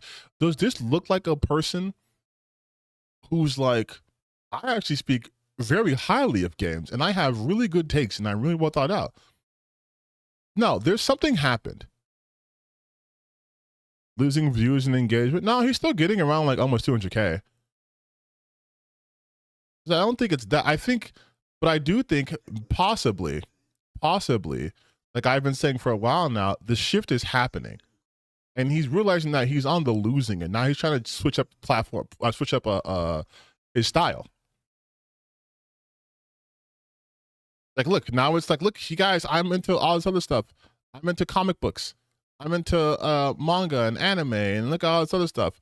Oh boy, I wouldn't be surprised if Debian stops talking exclusively about video games and starts talking about other shit if he tries to go the critical drinker route. Yes, but you know exactly what I'm talking about. But it's not just in dollar cents, but also in hours watched and attention as well. As Eurogamer reported here, video games are losing big time to things like online gambling, crypto, and especially to the consumption of that dirty word, you know, adult content again. Man, it annoys me that I can't say certain words on YouTube. It's just kind of stupid. Like, we both know the word, but I can't say it. Anyways, whatever. Moving on, I guess. So what? Again, I don't think that's true. Games unable to compete with the big booty cheeks of adult websites and the potentials of what gambling does as well. Well, according to NME.com, as seen here, they spoke to experts that deal with behaviors of consumers and what they also like to enjoy. And also, if you enjoy the content, consider subscribing to the channel and liking the video. Thank you. But all of this comes from a study published that is 164 pages long, and it's called The State of Video Gaming in 2026, which was created by an advisory group called Epleon. According to Epleon, there's actually a very specific point in recent human history that led to the shift from video games becoming increasingly dominant and then losing to other forms of entertainment. The exact time period was in 2020, during the COVID-19 pandemic. As Epleon stated here, it's claimed prior to the pandemic, 8 countries, USA, Japan, UK, Germany, South Korea, France, Italy, and Canada. Okay, so I mean, again, am I the only person feeling the shift? Is it just me? Or does this not feel like any other content he's put out in recent history? Like, am I tweaking? Like, this is, I hate to pull out the Nostradamus again, but this is the shit I was talking about, right? There's only so many times. There's only so much hatred you can put out before you have to actually produce something. Like, this so far, and I'm not a person who can't give credit's due, this so far is just a normal video talking about how the video game industry is losing in the attention economy war. Which means at some point in this video, he's going to have to tie it back to like wokeness, DEI, whatever, right? Because he still has to maintain his audience. But I feel like this is the shift I was talking about. Canada constituted over 60% of consumer spending on PC, console, and mobile content spending, and in the years since, those countries have encountered a severe, persistent, and surprising reality: they are losing in the war for attention. As the report further states here, if a player stopped playing altogether, then they probably weren't big gamers, and so how much revenue is really lost? But in practice, all player loss is a compounding problem because growth can only come from greater monetization. Individual games can only grow by stealing other games' players. It's even harder for new games to break through. And if some players have stopped playing altogether, many are likely playing less too. And so him reading this right here I don't know if he realizes this, but him reading this right here defeats any argument they've ever made about games not doing well because wokeness, because DEI. Because what he's laying out here is essentially the market of gamers has been tapped.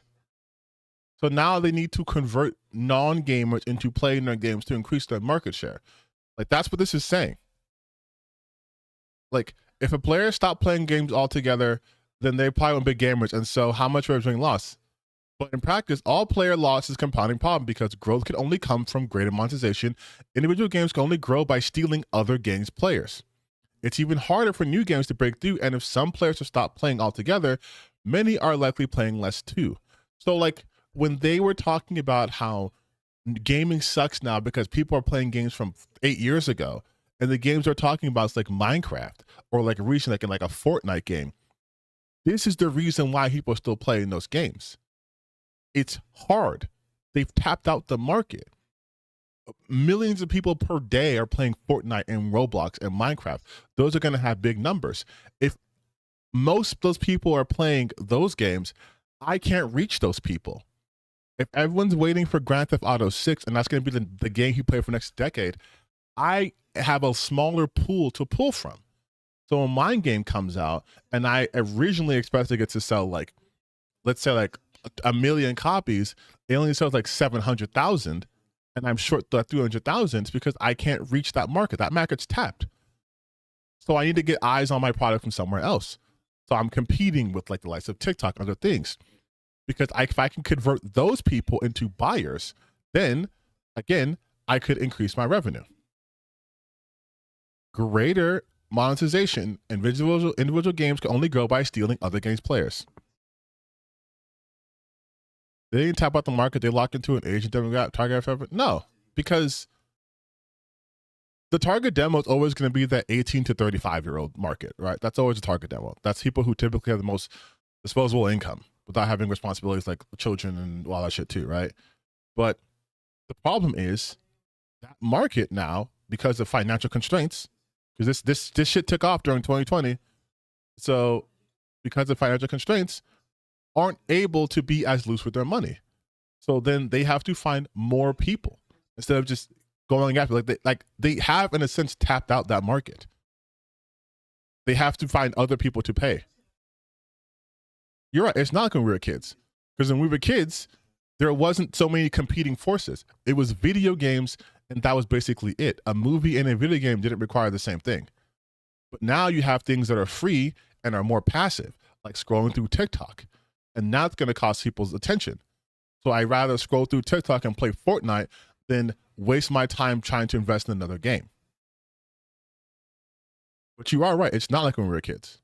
Games can only grow by stealing other games' players. It's even harder for new games to break through. And if some players have stopped playing altogether, many are likely playing less too. So it's a problem that has persisted now for about 5 years, going on 6 now, obviously, with the growth of games just plateauing across the board. Investments are getting more sparse, and many Western studios especially are losing the abundance of capital needed to actually make the games that they want to make in the first place. Obviously, we can blame the, consultant groups for ruining a lot of games. See what I said though before? Pre-watched. I said that he's going to still have to tie it to culture war DEI bullshit because of his audience. But he just read something that completely dismissed that fact. That doesn't matter. It doesn't matter if the consulting groups are in these games because the issue is the growth has flatlined. That's what they're talking about. They have effectively reached a cap. They can't get any more new people.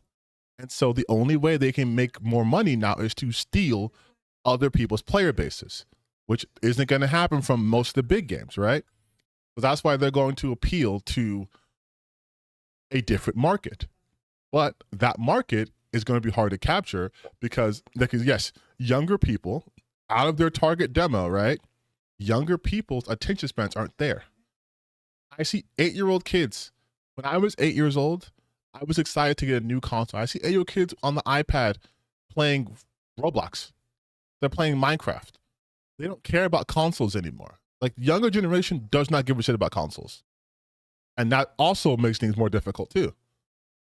You're focusing so much on the 18 to 35 now because those are the people in the age range who probably still grew up around the time where consoles were kind of like a staple in like the gaming, your gaming path.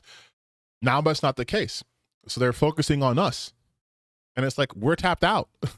We have bills to pay. Things are unaffordable. We can't keep buying all this shit. So we're going to be more selective with our money.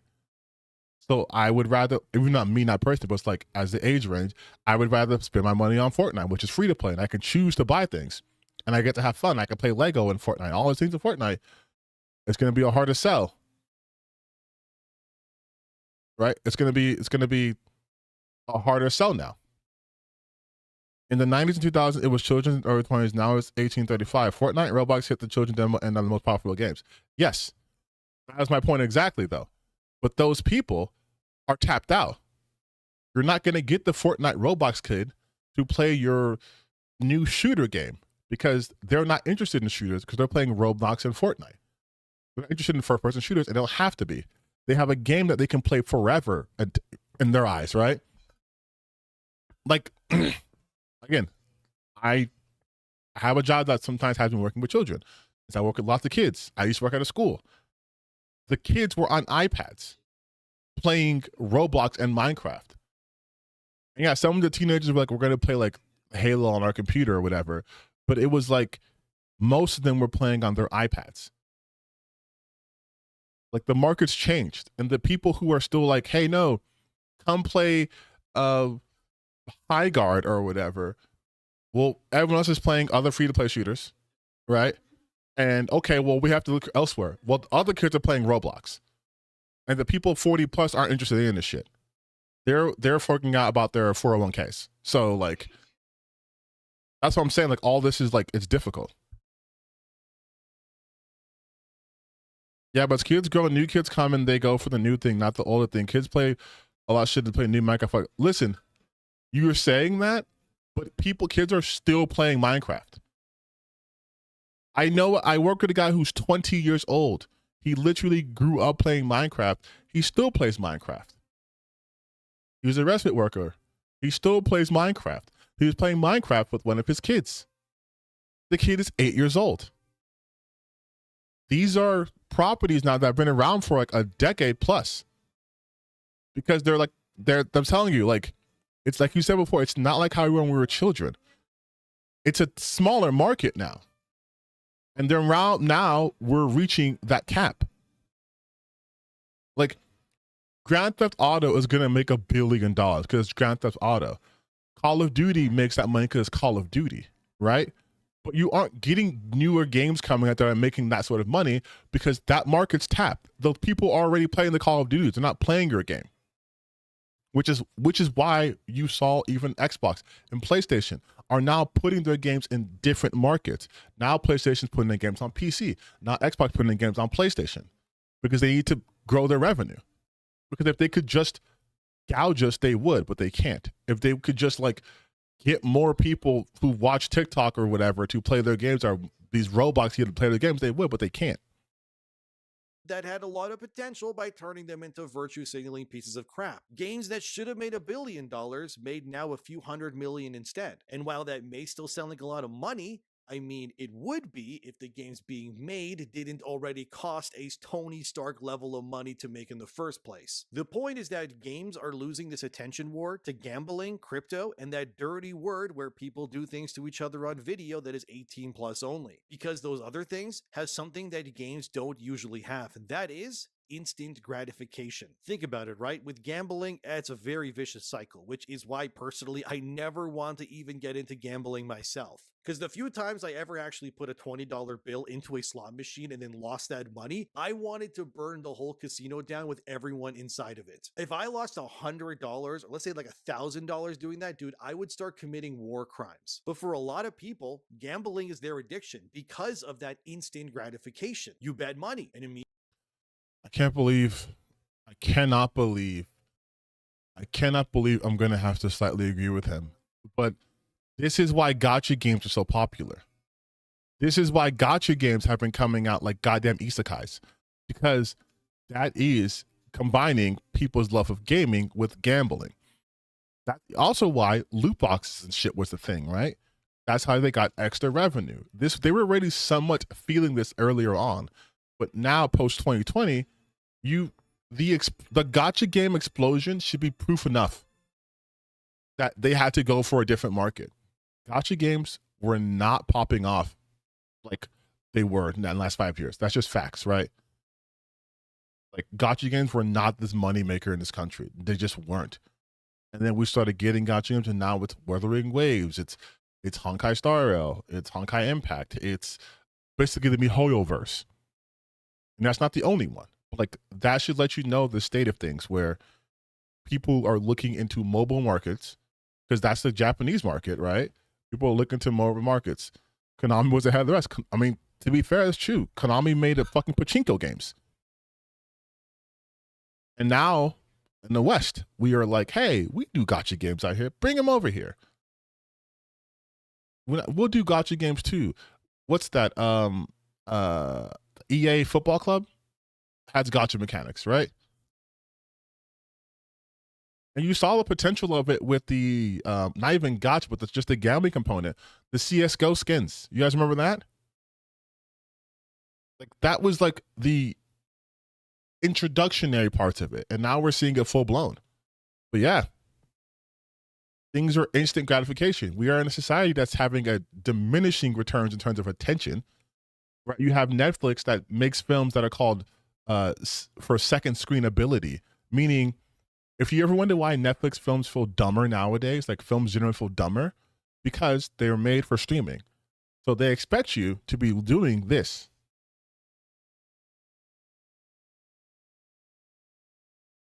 While you're watching the movie, which is why they'll either have characters repeat plot lines over and over and over, or have a plot so simplistic that you can drop in and drop out like a Fortnite match without having to wait to, get on the battle bus. God, I feel dirty agreeing with him. Immediately you find out if you won or if you lost. There's very little downtime. The dopamine hit in your brain is likely just insane if you're able to turn like $100 into a few $1,000s, right? But like I said, it's a vicious cycle because it's an industry that clearly exists to ruin most people's lives and give the lucky few all of the winnings. But everybody wants to win, of course, right? Like everything else in life. And to like most people, if you're not making money with your time that you're spending, you're probably wasting it in their opinion. So playing a video game for pleasure or whatever seems kind of pointless in someone who gambles, for example's eyes. Why would they play a game for 100 hours if they could only spend $5 and then potentially make $100,000 instead? Wouldn't that technically be worthy of your time more than the 100-hour game? Probably going to be more expensive, sure, but that is how some people think. Regardless, this gambling belief is what's ruining things like sports aplenty too. Like I can only imagine how much gambling has happened with, say, the Olympics or the Super Bowl that just passed, but it gets worse for games because the Epleon report stated more as seen here. The report says that in the USA, PC and console content spend is down 8% since 2020, while Right, like what I just said.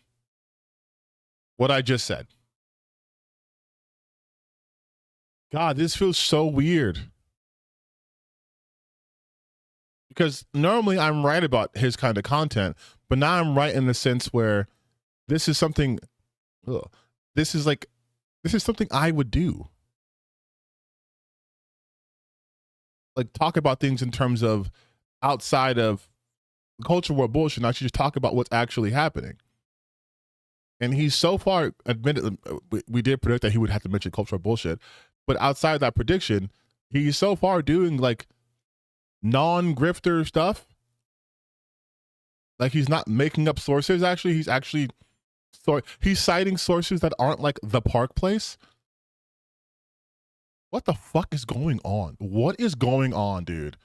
mobile spending has increased 12% since 2020 but flattened last year. Mobile game installs are at a 12-year low, hours played have tumbled, and even time spent watching video game streams has flatlined. Instead, TikTok consumption is up 39 million hours a day in North America, and last year, Americans spent almost $5 billion on OnlyFans. There's also been renewed interest in crypto, AI tools, and online Well, the betting. crypto It's shit's being concerning, forced. to say the least, that America alone has spent $5 billion on OnlyFans as a platform platform, like just OnlyFans, because it's just an eye-watering amount of money being spent to see women doing, various things for exchange for the money. As Google stated here, about 1.96% of all women in America right now are on OnlyFans as a platform making content. The majority of these women are between the ages of 20 to 39, with roughly 89% of all creators being strictly women on the platform too. Google does try to lessen the blow by saying that only a small percentage of that female population is on OnlyFans, but regardless, what is true is that the majority of super hot women do it for a really good reason, I guess, because there's an insane demand for it and no one can deny it. Either way, the explosion of OnlyFans.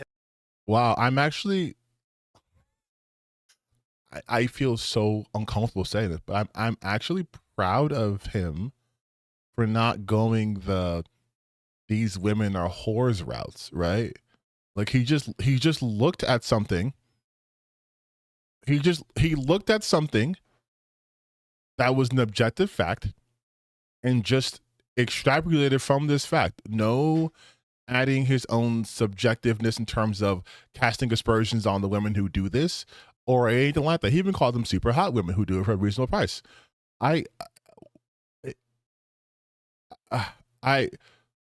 like, the cynical part of me is thinking, yes, like you said, Crawling Venom, that this is a way to get away from the grift because this shit's falling apart.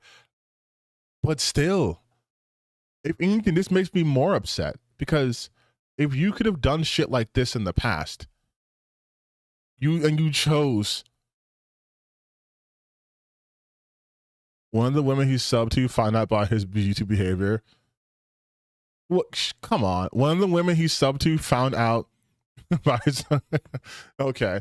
One of the people he follows on OnlyFans, like, you better be good. Of OnlyFans has completely eclipsed everything else around it. And a majority of the customers, obviously males, like who are we kidding, are spending a ridiculous amount of money looking at and consuming OnlyFans over really anything else these days. As Epleon further stated here, video gaming's post-pandemic problem isn't that players choose to watch TikTok instead of buying a AAA game, or subscribe to OnlyFans instead of buying a PlayStation. It's that on a Friday evening, players are placing a growing share of their time and spend elsewhere.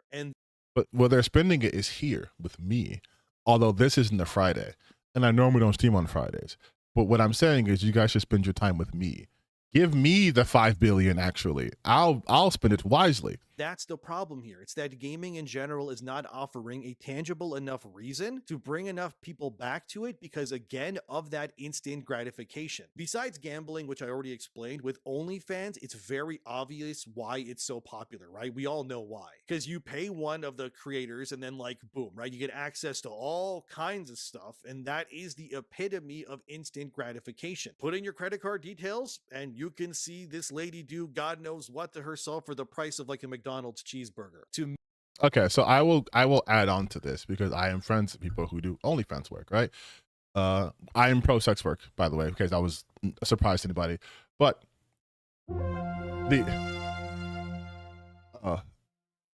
thank you for the super chat. You don't have to donate to me though.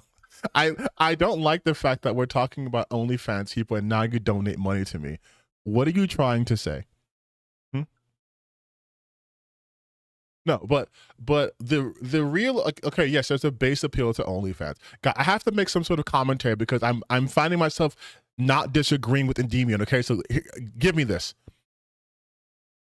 The base appeal, yes, for OnlyFans is you get instant access to these things, but you still have to pay for other stuff. Like you subscribe to their monthlies, and then you can buy their videos for like either a discount or whatever.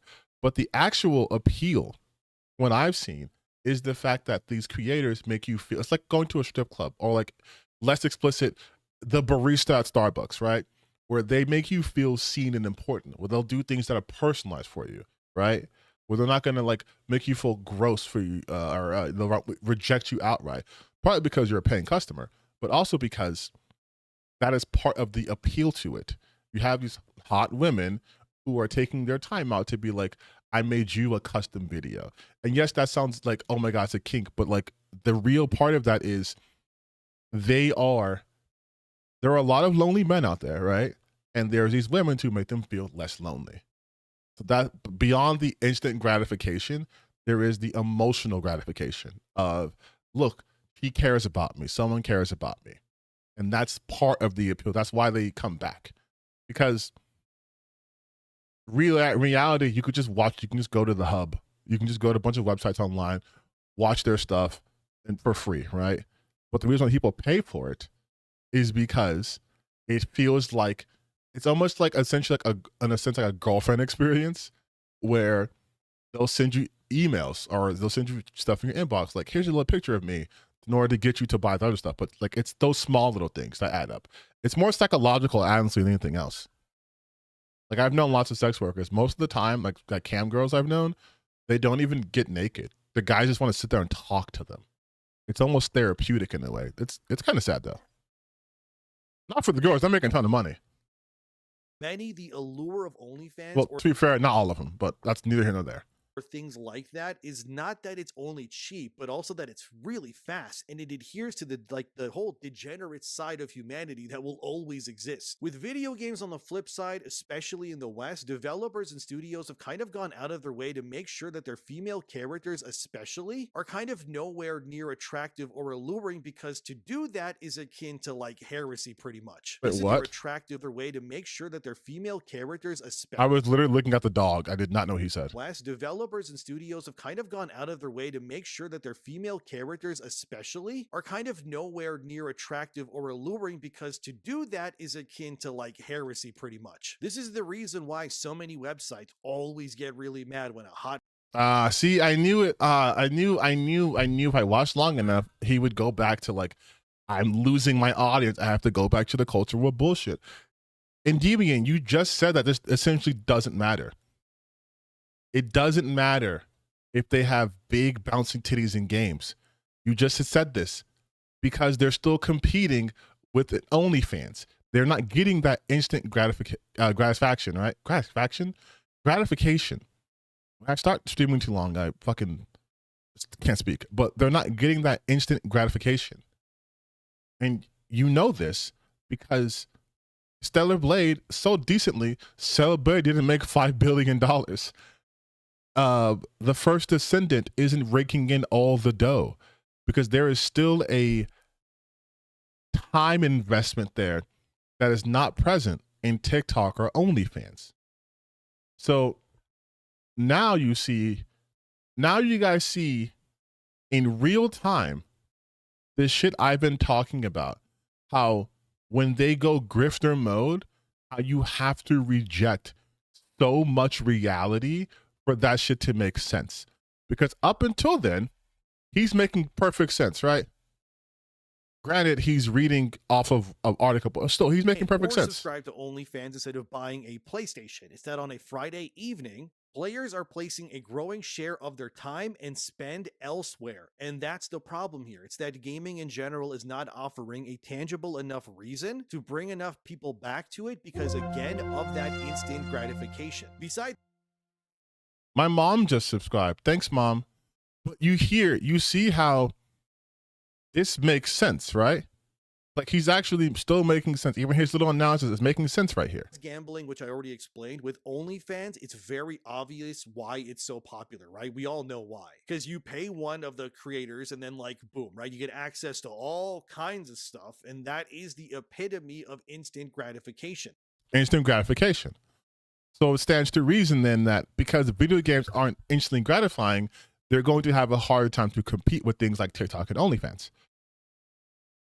Which is what he's essentially is saying. The degenerate side of humanity that right here, always exists. With video games on the flip side, especially in the West, developers and studios have kind of gone out of their way to make sure that their female and now this makes no sense. Characters especially are kind of nowhere near attractive or alluring because to do that is akin to like heresy pretty much. This is the reason why so many websites always get really mad when a hot female character exists from say South Korea, China, or even Japan. Stellar Blade annoyed a lot of journalists because Eve, the main character, was hot and she had a rocking body. And none of that's true. Right, we know that's not true. We've been over this. Journalists tried to claim that it wasn't realistic, despite the fact that Eve's body and face were based on a real-life South Korean model, which meant that actually, no, it wasn't unrealistic. It just... Also, I hate that point so goddamn much. Based on a model still means I can enhance the model. Like, you understand that, right? Like, you understand that. If I give you my face as a face model and you put a super buff person, which is still me, but you put like a super jack person. But yeah, we based it on TTBN Gaming's physique or his height, but that doesn't mean this is exactly what I look like. Like, obviously, that's what they're talking about. Came off as jealousy to most. I mean, even go look at Baldur's Gate 3, right? Great game, tons of player choice, but I would be lying if I didn't admit that a big reason why people play these games like BG3, it's for the romance. That game is very mature. Again, can't show those scenes because of YouTube, but you can see whoever it is that you... Romance is not the same as hot characters, though, right? Like, again, yeah, he has some logical points that he brings in the culture war shit, and it's like, it's such a dissonance happening here, because that makes no sense. Want fully naked in that game based on your choices. And when your romance options look like Shadowheart or Lae'zel, gee, I wonder why Baldur's Gate 3 still has a really healthy player base on Steam almost 3 years later. Look at Baldur's Gate 3 Steam player chart. Again, it's not because people like the models are hot or whatever. It's because people like the game and customization. Because guess what? You can make your characters ugly as sin, right? And there are some people who aren't going to find Lae'zel or find Shadowheart or find Karlach attractive or find Will attractive or find a host of characters attractive, right? But they're still playing this game because of the gameplay. Like it's weird that he's making this point, because this is a bad, weak point, and it's belaboring the point too. Right now, as you can see, it's still sitting around 83,000 players on a single player game. This right now has more concurrent players than Battlefield 6, Black Ops 7, High Guard, and more. But like, why? Well, you see, because in Battlefield 6 and Black Ops, you can level up and shoot people with guns, but can you lay naked in your camp with Shadowheart while she whispers in your ear? Oh my God, dude. Again, it's because of the customization. It's a different audience, first and foremost, so you can't compare the games like that. There's more to do. There's more to do in this game. And also, one aspect he's not mentioning, even though this kind of joins with it, is mods. You can have custom classes. You can mod to be more difficult. You can mod to be easier. You can mod to have crazy cheats. You can mod to do a bunch of stuff. Like he's talking about on PC on Steam, you can have mods. And again, there's a ton of shit to do in this game that requires multiple playthroughs. That's not the same as Battlefield. Those games are also online games. Those are multiplayer games. Those games live and die by other people playing it. Single player games don't. That's why single player games are superior to multiplayer games. With herself fully exposed? Yeah, I didn't think so. So no wonder it has 80,000 people but also, I recognize that part is a joke. I'm not like an idiot. Still playing that game. I mean, because you're all gooners. Like, you are all gooners. I'm not making fun of you, but it's true. And look, I'm not even hating, all right? Like, I romanced Lae'zel, right? The moment I met that lady and she wanted to kill me, I knew. But look at her chin. She has woke DEI chin, dude. You shouldn't like her. You hate woke DEI chin. She was the right woman for me. Something about women wanting to hurt me, I don't know, man. It just hits me like a primal level, you know? I am Slavic, so I'm sure women wanting to hurt you is a common occurrence. Maybe that's just like in my DNA or something. I don't know. Humans are complicated things. But the point is that the allure of the body, if you will, is never not going to go away. It's why the act of selling that for money is still considered one of the oldest professions in the world for a reason. I mean, even Mass Effect, right? Yeah, sure, people play that for the great world building and writing and fun cover-based combat, but I would be lying if it wasn't also about me wanting to romance Liara or Miranda Lawson, for example. I already know every single girl that is watching this video right now that has played Mass Effect knows exactly what I'm about to talk about too. Let me guess. You don't even need to tell me. Let me guess who. It's Garrus. But by saying that, right? By saying that, you kind of just defeated your own argument. Garrus isn't conventionally attractive or hot. The reason why women like Garrus is because of how, first off, his voice. Really his voice. Then the looks become secondary. The voice enhances it. That's you guys can tell me, let me know if I'm wrong, but I'm fairly confident it's because of his voice. If Garrus had like if Garrus sounded like this, they wouldn't like him. But he's like, Shepard. And they like that. Every woman watching this is romanced in Mass Effect. Let me just guess it, okay? Was it? It was Garrus, wasn't it? Of course it was Garrus. Who else would you guys romance? It's always Garrus. Every woman loves Garrus. Like, dude is like a flame to these women if they were moths. And gee, I wonder why. You know how down bad I... What do you mean, G? You wonder why? What the fuck? Dude, look at Garrus. What the hell's going on today?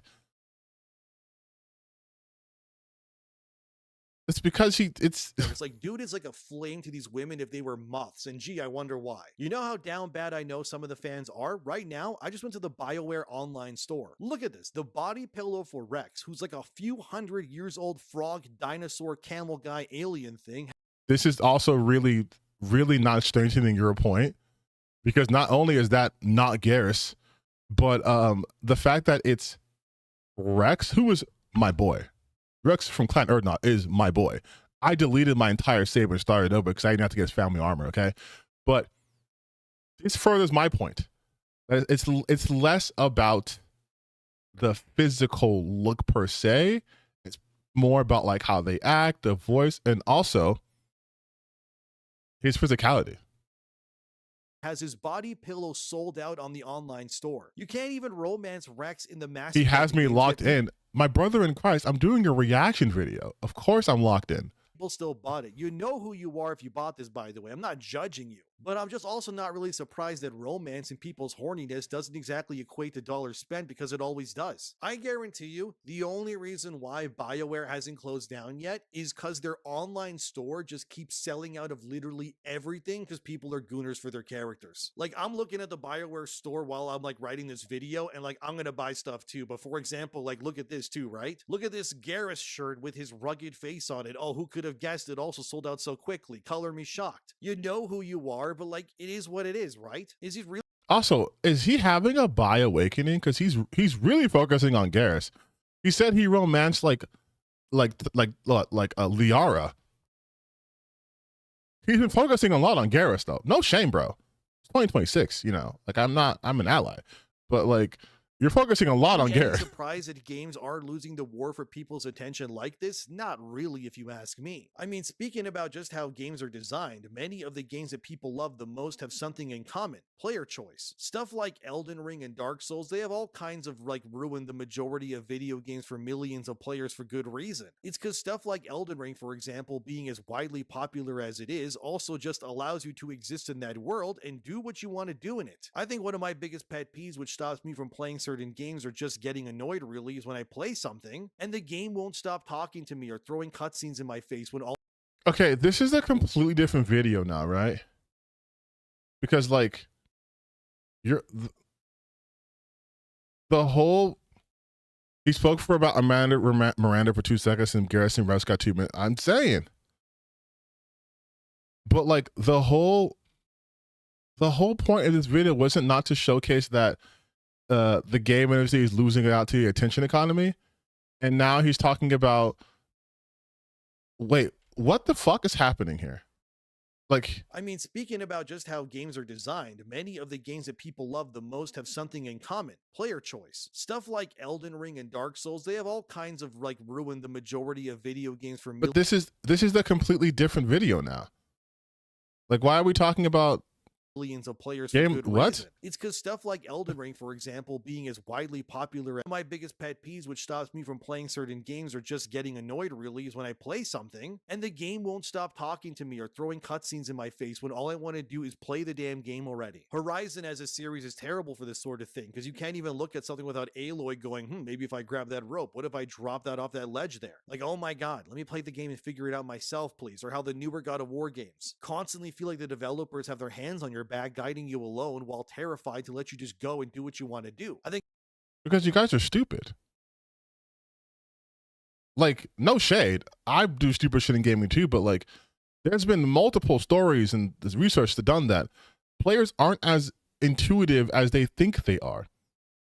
Like, even in Elden Ring, they signpost shit to go to. Like, literally in Elden Ring, there is a statue that will point to a fucking cave to go explore. You can follow the points of grace, and point towards each other. Also, from a design standpoint, they have the urge always in the background, so it shows you like the direction you're heading. So like, there's tricks that they do. Yes, and this is not me defending characters talking too fucking much. I understand that hatred, but like, you still can, like, you still are being signposted. I hate when story characters and world building gets in the way of an RPG. True. These games have too many cutscenes. Yeah, they're telling you a fucking story. Like, what do you want? You're playing an RPG. They're gonna have cutscenes. That's an RPG, baby. A big reason why games like Elden Ring at least don't suffer from the same like pitfalls of most modern games is because of that freedom. But it also doesn't treat you like a baby taking their first steps either. There is technically nothing stopping you in Elden Ring from doing whatever it is that you want. It comes down to skill mostly, but the point is that you can go and fight anything if you're good enough. The games that do this best, they give you the ability to choose what you want to do, and the industry seems to be forgetting that. But what also worries me is that consoles in general are— What the fuck does that have to do? What the fuck does that have to do? What the fuck does that have to do with what the point of his video is, right? Like, now I'm lost, bro. Like, did this just become a rant about game design that he prefers? I thought we were talking about it losing attention economy.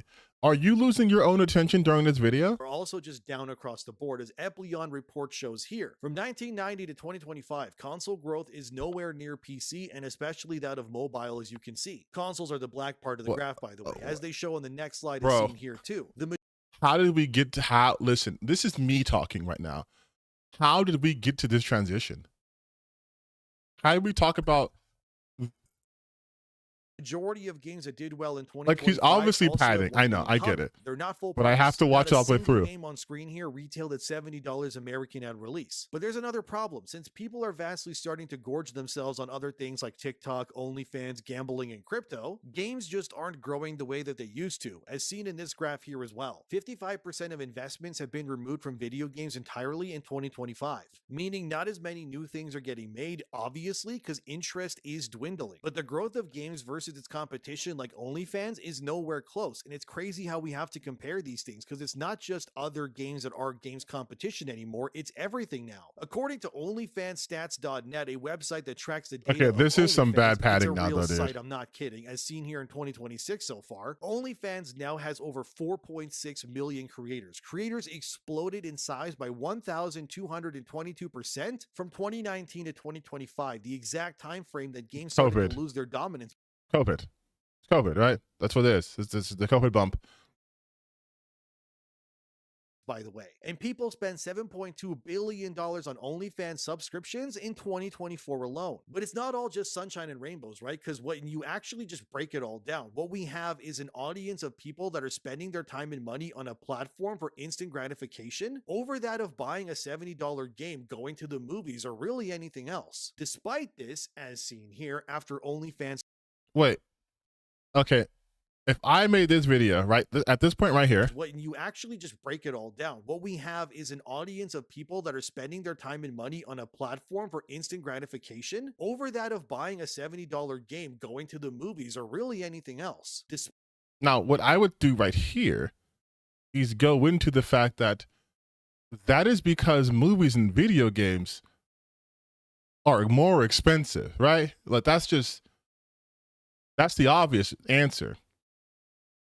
A movie is more expensive than an OnlyFans subscription, like, by far, because the creator can price their subscription. That's another thing too. OnlyFans creators have a little more flexibility. They can be like, it's $3 a month, it's $5 a month, it's $10 a month. Going to a movie with two people, I spent $43. Okay, $43 just to buy tickets. $43. Games also cost, like after like AA games, around that price too. AAA games, $70, $80. So like, that's also the thing too. It's a price point issue also. I am paying, if I pay $5 a month to subscribe to someone's OnlyFans and I don't like it, I lost $5. If I go to the movie, typically you go with people, but if you go by yourself, I'm spending anywhere between $22 to $43.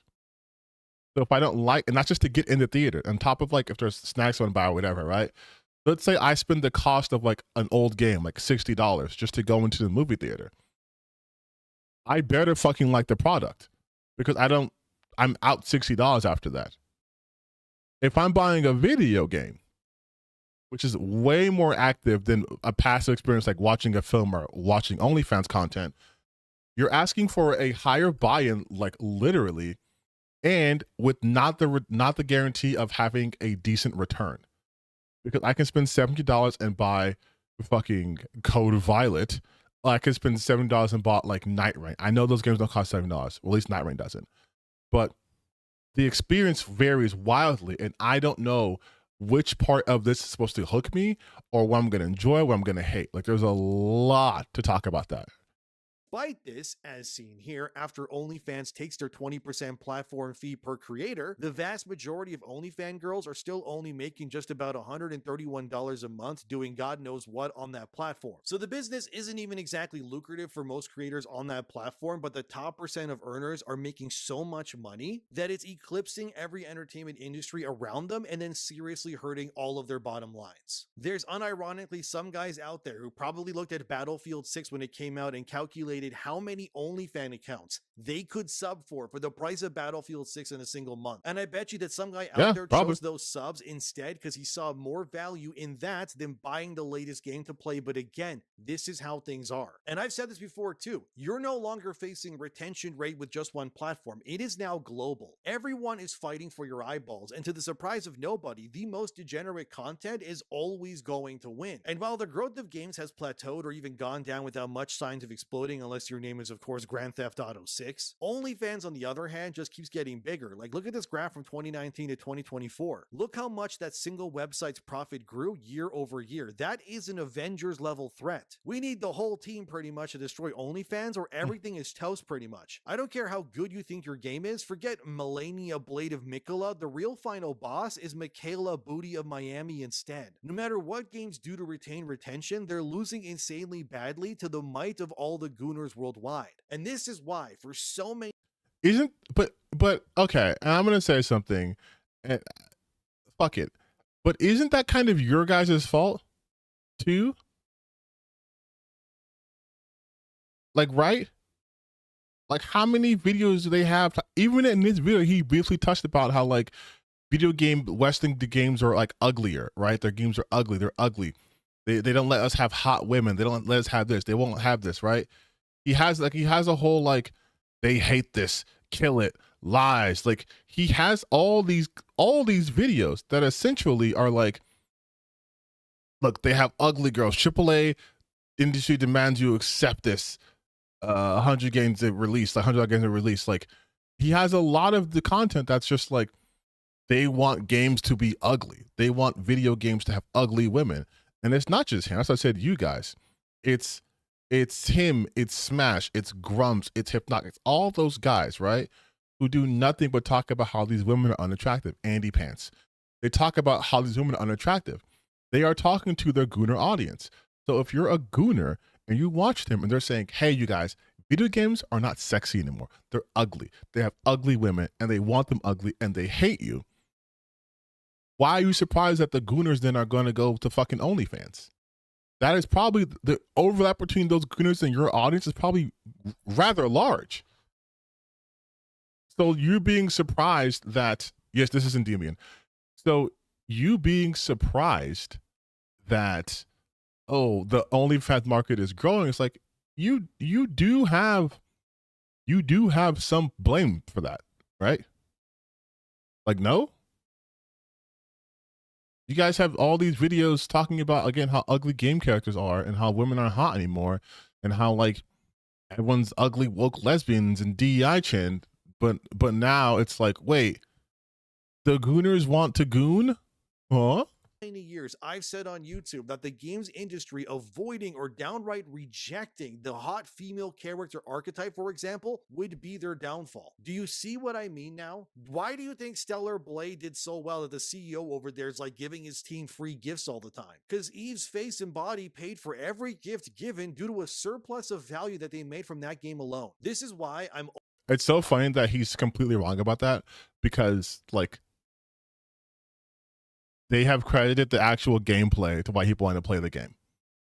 Because like I said before, and like he said in this very video, again, it's like he has grifter brain. It's like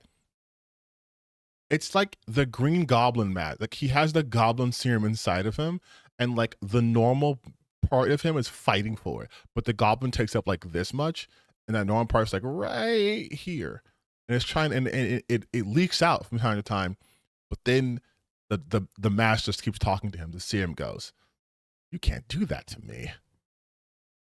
Do you know how much I sacrificed?" But like that's what fuck is happening, because now he's going on a tangent that's incorrect. And it is, again, if his assumption was correct, then every game with a hot character would have done amazing. And he has a video literally talking about how that wasn't enough, right? The Code Violet video, which I mentioned in my Code Violet video, he right here, he literally says that. Whatsoever to getting shot, according to IGN's review, which if you play Survival, He says state it wasn't enough. Kind of good, even doesn't have enough reviews professional. They didn't want users to be able to mod the game and create what Team Right here. Trappist one mean there's some science fiction company that has decided to go back in time to abduct women. Wait, where is it? Except the game has so much jank in it. Unfortunately, instead, it comes off more like a student-made project than an official video game that you have to buy with real money. The other bleak part of this release is apparently the game is a PlayStation 5. Like he's talking about it. Could have done to ensure that their game would be ostracized by pretty much anyone besides the most diehard fans, if they have any, I guess. Like he's talking about how the game's bad, right? A spiritual enemies, and it all starts to make sense. Like, dude, look at this part where the voice actor is trying to sell you the game. Look at how the raptor enemies jump. Just watch this. And a blood bag to recover the lost maximum health limit. Monitor health closely. But you look at backside, but hot character, right? The real reason is simply if they did release it on Steam or hell, even say the Switch. And this is not a positive video from him. So for him to have that video, to understand that it's not just looks, right? That there has to be more to it, and then for him to be like, yeah, the reason why Stellar Blade did well is because Eve's hot, and her face paid for everything. It's like, obviously no, dude. Like, obviously no. Always puzzled when I see, especially Western game creators, by the way, kind of scoff and go, we don't need hot women to sell our games. Like, really? Did you tell that to Concord and Highguard, even? Like, all these other games that failed too? Like, again, right? Games are losing their slice of the big pie. And again, the Green Goblin's winning right now. The Green Goblin's winning right now. Like, Endymion, tell them about the boobs. And it's like, dude, like, it's not about that. You just, in your video, were talking about how getting attention is hard and they have to steal from other gamers and all other things, right? You are actually using data points to be like, yes, like the market is tapped out and they have to do all these things. And now you're going like, it's because you have to have hot characters. But you also just said it's not instant gratification. Games are not instant gratification. They're competing with things that are instantly gratifying, like OnlyFans, like TikTok, like other things that happen quickly, like gambling, right? So now why are you going back to talking about this? Having hot game characters is not going to fix this, because first off, hot game characters still exist. So that's a dumb point. But also they're competing against attention span. Because they refuse to adapt to the ongoing meta. You can't compete with gambling or adult content. It's not like the games industry can avoid it either. Because if you can't compete with, if they can't compete with gambling and adult content, then why would putting adult content help them? To be fair, you said that Celebrate wasn't hot. Yeah, I said they gentrified yams. And people keep thinking that Stella Blade is thick, and it's not. She's not. Regardless, OnlyFans is like Thanos pretty much, and every other industry is just Iron Man getting punched in the face on Titan. Like, you can run from it all you want, it will arrive all the same. Even the user growth on OnlyFans tells you that this won't stop anytime soon. Like, look at this dude. In 2024, there was roughly 377 million. Okay, but you guys understand that this is, again, contradicting what he was just talking about? Like, he's saying that you should have put hot women in games that would have helped your games. But now he's saying it wouldn't have mattered, actually, because OnlyFans is too big. It's Thanos. You're Tony Stark, it's Thanos. So then, like, then it doesn't matter. Then what I've been saying this entire time is true, which has always been the truth, right? It's always bared out. It's not about having hot characters in games. That does not save a game. Because, again, Code Violet would have been the #1 game on PlayStation. First Ascendant would be the #1 free-to-play game. You just said that they can't compete against OnlyFans because this is instant gratification. It is a passive experience. It is a lower response effort to do this than to play a video game and invest time in it. This is too active. Like, that's why they're losing. User accounts, mind you, on OnlyFans. They gained 72 million active users between 2023 and 2024. It's even higher now. That's like, what, double of Xbox Game Pass in its entirety in 1 year in subscriptions. But the point is that platforms like this are exploding in revenue and growth year over year in a way that games could only dream of. And this is what I keep saying. The games that do the best are twofold. They either give you ultimate freedom and offer an unforgettable experience like an Elden Ring does, or the games that do stupid well offer player choice and lots of attractive women, and I guess if you're into men, that too, to swoon over and say Baldur's Gate and then some as well. This is why looking up Rule 34 art of any new IP is really important, because if there's no Gunnar art of something within 24 hours of it being announced, it's probably dead on arrival. And what's that? All right, there was basically zero Gunnar art of Concord when it released. Well, imagine that. It's almost as if people are passionate when they see idealized versions of things they... Okay, what Green Goblin's coming out right now. What is the point you're trying to make? This video's been going on forever. Are you just telling people they need to put Gunnar shit in games? You just said they were degenerate for doing that, but you also just stated, you just said that it doesn't matter because they can't compete with gambling or OnlyFans. So why would putting Gunnar shit in games matter? Like, I'm telling you, he is fighting that goblin mask so hard right now. To be. Now, I'm not saying that OnlyFans' creators are like aspiring to other people, whatever, but the point that still stands is that the existence of the biggest creators on that platform have something in common that the games industry in a Western sense just refused to mine for all the diamonds that they're worth, which is idealized body types, attractive faces, and revealing clothing. Oh my God. See, now I get to be mean like I used to be. Thank you, Endymion. You dumbass. No, first and foremost, people on OnlyFans do not have a uniform body type, right? Because people's sexual kinks and preferences, some of them like things like BBWs, some of them like feeders, some of them don't like skinny women at all. It's not about that.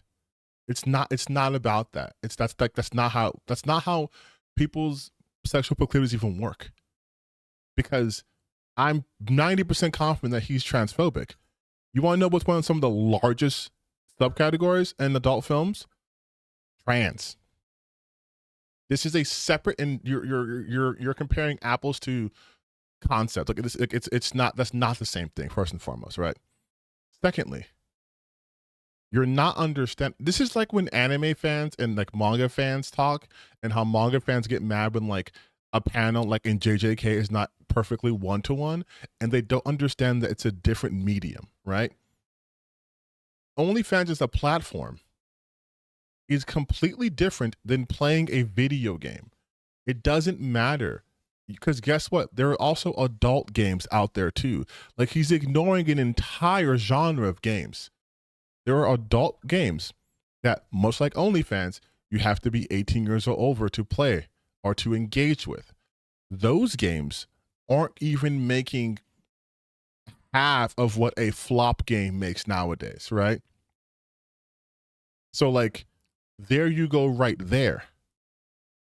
Those games might still be successful in terms of their cost to what their revenue is, but they're not making nearly enough. Because if that was the case, if the game industry was like, we can just use porn games then to fucking make $1 trillion, they would have done that already. Time Ending exists. I know. And that game sucks. But like, there are so many logical reasons. Like it's like what your conclusion is wrong.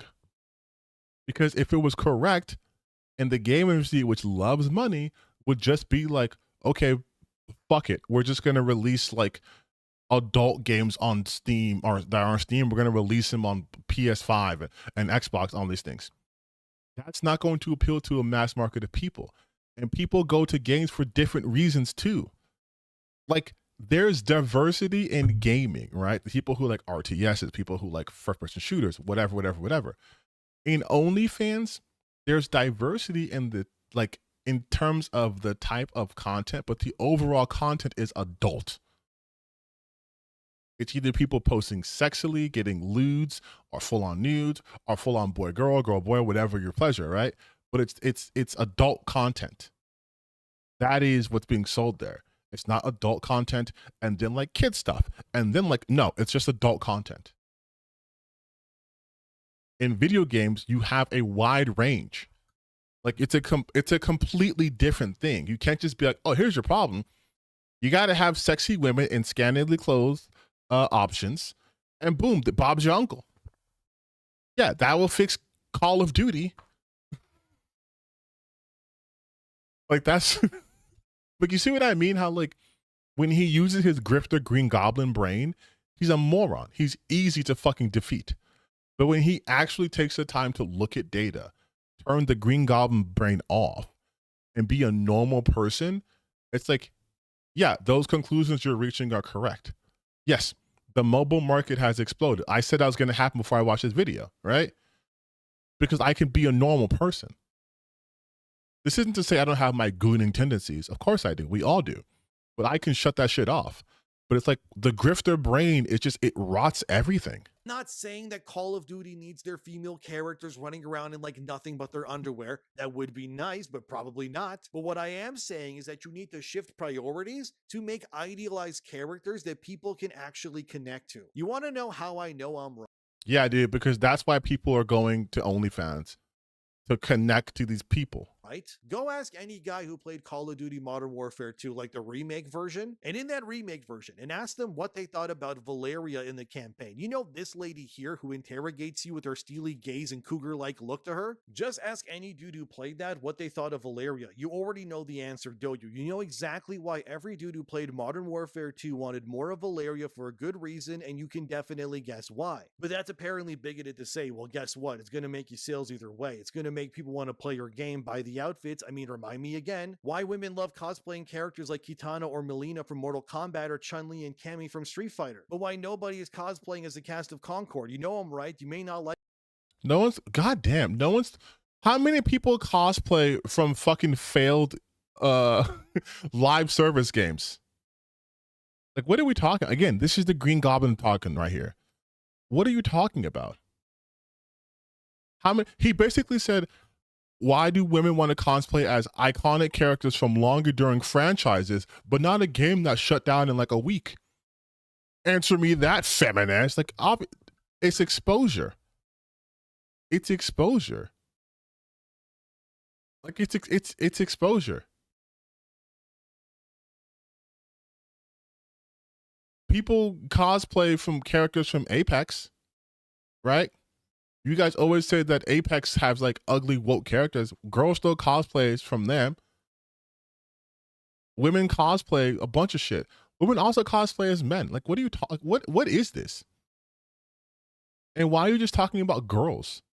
You guys also say that girls aren't big gaming. Like this is the shit I'm talking about too. They talk about how gaming is for men, but their example is, but look what the girls cosplay. Ask any guy who played Call of Duty. Like, why didn't he say any girl? He said, ask any guy who plays Call of Duty and you'll see why they wanted more of her. Yeah, except for the fact that that was also a game where people were mad that women could like fucking be operators or whatever. Like, they're never happy. It's just convenient for him now to say this. I get that to say that, but you got to admit it. But you know I am. But what's that? Also, let me give you another great example. Kim Kardashian's skin in Fortnite ended up being such a massive success and is now one of the highest selling skins of all time in Fortnite. Like, wow, who could have guessed that one happened? That's because Kim Kardashian herself has a massive fan base. Kim Kardashian also had like the #1 fucking mobile game of all time that made like a bunch of money because she's Kim Kardashian. That's a stupid point. Like, to pick Kim Kardashian and to be like, it's because she's hot and not because she has a massive fan base. That's idiotic. That's idiotic, dude. Oh, look here. Epic even allows you to change her outfits, her hairstyles, and the colors too. It's like they do with every costume? Basically a build your own Kim Kardashian in your Fortnite game. Gee, I wonder why that's sold like hotcakes. I can't imagine why. But is it any wonder why whenever these Western games actually give people what they want, which is attractive women, who are we kidding? What is the player point? Numbers explode and how does this compete with fucking like a TikTok and OnlyFans? The game spending goes up like crazy too. The point of all of this is that to ensure that if gaming wants to compete with these other things, I mean really compete with the juggernauts that are growing at crazier rates, they have to come to the realization that they are not in fact above gooning or giving people what they actually want these days. Green if Goblin. You want your game to excel Green Goblin and talking. explode. You fill it with hot people. It is what it is. Green Goblin has a really big fan base, right? A year ago, nobody knew that that game even existed. But the guys are grizzled with beards and long hair, and oh, they got piercing eyes, and the women are hot, and they wear eyeshadow and stuff too. And right, Claire Obscure then ended up selling like millions of copies. Yes, that's the only reason why, you guys. That is the only reason why Claire Obscure sold. That's it. That's it. He got it in one. There's no other reason people resonated with Claire Obscure. Not because of, you know, the fact that it's an RPG where for most people who are play lots of JRPGs, you're not playing as like younger people, you're playing as adults. It has a more like somber theme. Again, it's not an original game, but I'm just giving you the points, right? It's not because of the storytelling. It's not because of the beautiful music, the gorgeous art style, or anything like that. It's because the characters are hot. That's it. That's why it sold well. And there's definitely no other games that I've mentioned in this video that would prove that point to be wrong, right? It's only because the characters are hot. That's why it sold well. That's why it sold well. Call of Duty games sell well because all the characters in Call of Duty are hot, of course. That's it. Grand Theft Auto games sell well because all the characters are hot in Grand Theft Auto. That's why they sell well. Actually, can I just look at the top selling games 2025?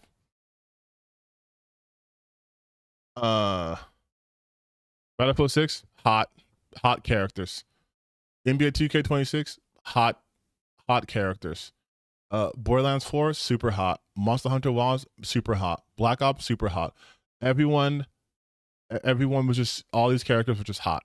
It was just super fucking hot. Super hot. Minecraft, hot characters. GTA 5, all hotties. Wii Sports, some of the sexiest people of all time are in Wii Sports. Oh, Terraria, super fucking hot. Love them so much. They're so hot. Oh my God.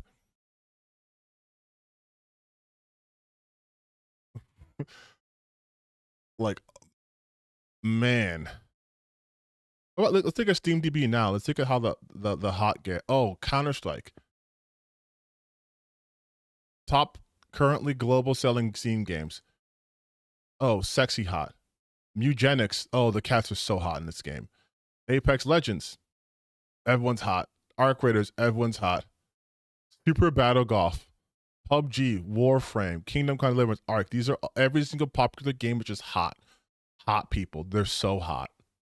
It's like, go figure. This is why we keep telling you, stop making Mary Jane look weird in Spider-Man 2. Stop concording your characters. It's probably a good way of putting it. Stop trying to act like you're better. than other things when you really aren't, and my voice is dying. Maybe if Dragon Age Veilguard had some Kim Kardashian level looking hotness to it, that game wouldn't have flopped so hard and caused mass layoffs. I mean, the identity politics didn't help either, but you get the point. But overall, Green it Goblin. comes down to this. Video games are losing their audiences to other hobbies or interests that do not benefit the studios or publishers who operate within these spaces because they keep making things that nobody wants. I'm not saying that.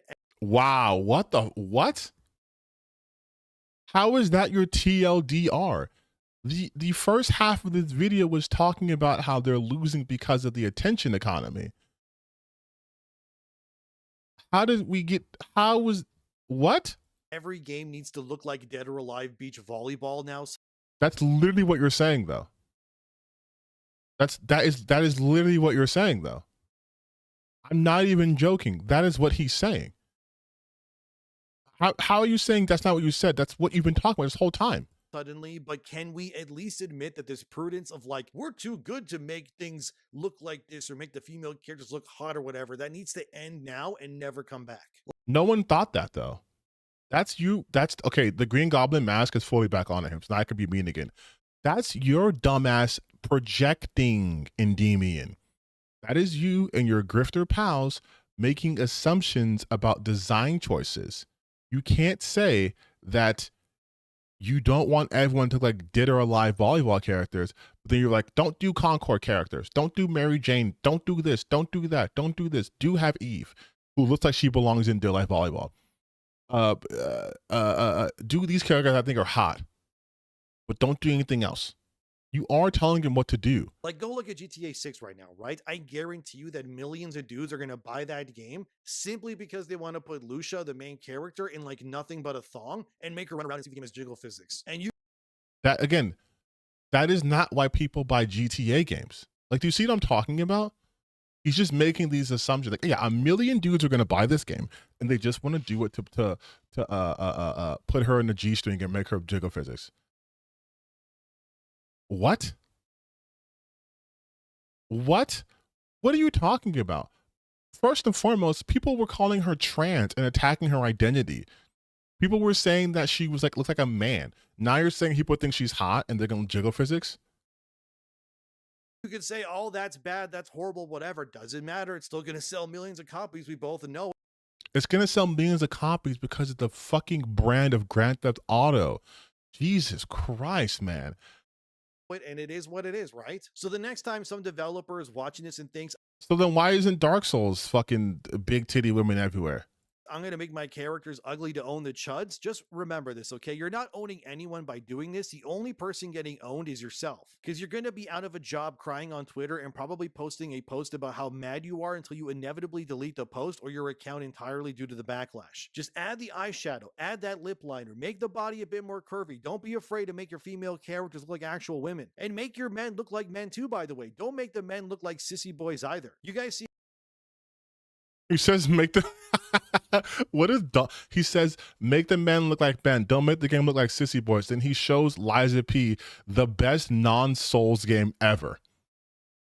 He shows Liza P one of the best new IPs to come out. Instant success. Great game. Fantastic combat. Great DLC too. Really hard boss. And to be like, don't make him look like sissies. How the Fable male characters walked in that new trailer for the game? Like, for the love of God, don't do that either. If video again, you're showing footage of a character that completely denies your whole point. Video games are losing the war on attention, then they need to do what they have to do in order to bring that attention back to them before it's too late. And until that happens, OnlyFans is going to keep growing, gambling will keep awarding that instant gratification, and crypto will continue to expand, because if video games are disinterested in giving people what they want, they're just going to take their time and money elsewhere. And again, a big thanks to Tokyo Treat. Yeah, make people manly. Anyways, here's my Tokyo Treat. I want you guys to understand something. Look at how this video started, okay? Look at how it started. Adult content, I guess, but you know exactly Yeah. video games unable to compete with the big booty cheeks of adult websites and the potentials of what gambling does as well? Well, according to NME.com, as seen here, they spoke to experts that deal with behaviors of consumers and what they also like to enjoy. And also, if you enjoy the content, consider subscribing. But I can watch all of it Actually, again, a but very like specific point in recent human history that for attention, as the report further states here. If a player stopped playing, like he talks about how now if you watch this part, you think, oh, he's gonna go into detail about how like they're gonna have a hard time with growth because they don't have a player base to really go into because it's been tapped out and everyone else is watching like TikTok and OnlyFans, whatever.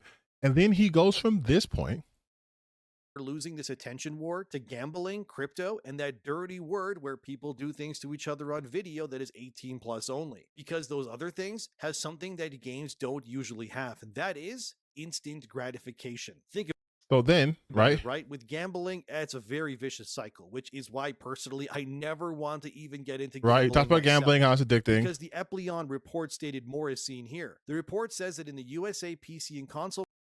Right, and people are TikTok and such up to 1 million on OnlyFans, whatever.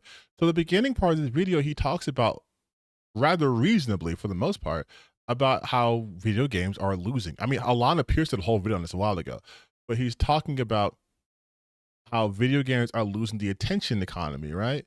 And how they want to tap into that market. And so his conclusion is this. To you that millions of dudes are going to buy that. So the next time some developer is watching this and thinks I'm going to make my characters ugly to own the chuds, just remember this, okay? You're not owning anyone by doing this. The only person getting owned is yourself, because you're going to be out of a job crying on Twitter and probably posting a post about how mad you are until you inevitably delete the post or your account entirely due to the backlash. Just add the eyeshadow, add that lip liner, make the body a bit more curvy. Don't be afraid to make your female characters look like actual women, and make your men look like men too, by the way. Don't make the men look like sissy boys either. You guys see how the Fable male characters walked in that new trailer for like how does that, and we're done with this video though, but like how does that remedy the fact that things like OnlyFans and TikTok and crypto and AI or whatever are instantly gratifying? Because guess what? Crypto doesn't have big titties. AI, I mean, I guess you could make as a big titties. Like TikTok isn't about like porn. But yet he focused almost solely on OnlyFans and tried to make it a case of this is why we need to bring back Gooner shit in video games, as if Gooner shit doesn't exist in video games. And I like how he can bring up data points for the article, but when he talks about his own shit, there's nothing there. He's like, that's why Stellar Blade was so successful. How much money does Stellar Blade make? How much money does Stellar Blade make? Right? I think last reports was like, it sold like what 6 million sales, right? Over 6 million in sales, right? And that's including on that's PC and PS4 or PS5. 6.1. Here, I'll show you. Don't know why I'm not just showing you guys. The game achieved 6.1 million cumulative sales with 3.7 on PS5 and 2.4 on Steam. Right? It's another major win. But then if I say Ghost of Yote, the game they fucking hated, right? Because there's no Eve character. If I say Ghost of Yote, I guess revenue? I don't have right now. Oh yeah. Has been massive success with Sony with estimating suggesting the game generated nearly 300 million in revenue and sold over 4 million copies. 4 million copies, 300 million. Estimated at least nearly 300 million. Sold approximately 3 million to 4 million copies in the first few months. Profitable. It accounted for over 20% of Sony's first-party game sales in Q3 2025. So this game that only made 56 off Steam alone, and about 47 million total from not total, but $47 million contributing to record high revenues for Shift Up. Right? Why is that good, but this isn't? Wouldn't I wouldn't I take more lessons from this game that sold more on one console and made more money? Like, wouldn't I take more from this, right? This made nearly 300 million in like 4 months. This one's been out for over a year, almost 2 years at this point, and combined has sold 6 million units. This one sold 4 million units just on PS5. This one sold 6 million combined. Like that's what I'm saying. Like but his takeaway is you need more hot characters in games, because hotness, as we know, is universal and people don't have their own interest. And I'm just like, how do you start off? How do you start off a video pretty decently and then midway just let the Green Goblin peek his way through, and then by the end just let him completely take over? Like, did not stick the landing at all. Add the eyeshadow, you guys, because that's what Liza P did, I guess. The game where there's like a total of like 2 women you get to look at. 3 if you include the boss, one of the bosses in the base game. But like, I know Yote's a sequel, one's a new IP, but you have to understand something, Wizard. I am using their logic. Their logic doesn't account for things like IPs being a sequel or brand new, right? Their logic is simply, did this sell? Is it woke? Then it flopped. So I'm going by their terms. And by their terms, Ghost of Yote should be the game that people imitate, not Stellar Blade, right? Because his point was you have to have hot characters in games. But they said that there weren't hot people in Ghost of Yote. So by their logic, Ghost of Yote shouldn't have sold anything. And instead, it exceeded the sales. It got better sales than the original game did in that same time period, and better sales than Stellar Blade. A game that, again, they said should, by their logic, have more money. It should have sold more. But it didn't. Because their points are stupid. That's what I'm getting at. Their points don't factor in reality. People aren't this gooner brain when it comes to their video games. That's why people have OnlyFans and stuff. Like, you don't get the same. Like, imagine, I'm going to be gross for a second, but imagine if OnlyFans operate like video games, where you paid for it, and then it takes you anywhere from an hour to 100 hours to finally get your climax, right? Because that's a video game. Video games have length to it. They take time. You have to invest in it. There's a story or there's mechanics you have to get into. It's not instant. OnlyFans is instant. Adult content is instant. It's on demand. I can stream it and do what I want with it, right? And I'm done. Not the case with a video game. But he keeps comparing the two, and his logic is OnlyFans have naked hot women. You should have as close to naked hot women in video games so you'll get the same thing. But he's not understanding it's a different medium. People are going there for different reasons. That's why they keep bringing up Concord. Yes, they can only bring up games that failed, and they can only fail for the same reason why only games succeed, because of the hotness of characters, right? But again, I understand that's a dumb metric, but as you guys know in my content, I adopt their framework, and I show that their framework makes no sense. Because Concord fails, okay. Igar fails, okay. But then Baldur's Gate succeeds. Apex succeeds. And suddenly it's like, well, Apex has hot characters and Baldur's Gate's characters are hot. And it's like, people aren't playing Baldur's Gate for hot characters. They're not. Just like you didn't play Bloodborne for hot characters. Just like you didn't play fucking Elden Ring for hot characters. You played those games for different reasons. I don't play a story game for the same reason I play an RPG, right? I don't play narrative games from the same way I play like a deck building game. No one's saying you need to put titties in Slay the Spire. They're not complaining that they can't jerk off to the cards in Balatro, right? Yeah, and they swept Code Violet's fairly under the rug. Code Violet got like one video from him, like literally. Code Violet got one video from him.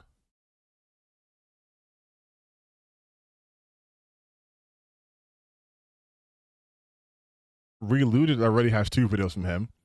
High Guard has 1, 2, 3, 4, 5. He went crazy on Ghost of Yote, and he went insane on Assassin's Creed Shadows. But this game, the game that they have purportedly wanted, right? In terms of hot female characters, sexy butts, everything, guns, dinosaurs, gets 1 video. This is a disaster. That's it. Nothing else. He has used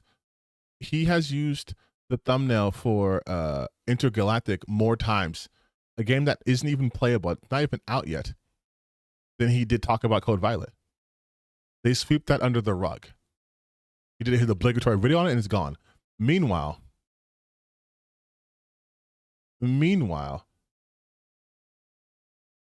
as you're seeing right here we go. So Yote, right? Goes to Yote, goes to Yote, goes to Yote, goes to Yote. Dragon Age. Where goes to Yote.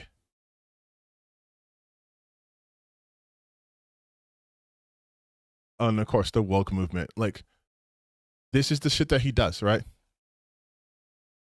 But this game, again, the Code Violet video, one time, no build up, no hype, just boop, it's here, it's gone by. Don't talk about it again. We have to get back to our bread and butter, baby. Oh, High Guard failed? Hell yeah. And you want to know why? It's because this game, to them, shouldn't have failed. This game should. So the game that shouldn't have failed, so you have to ignore that. But the game that should have failed did, so they can milk that.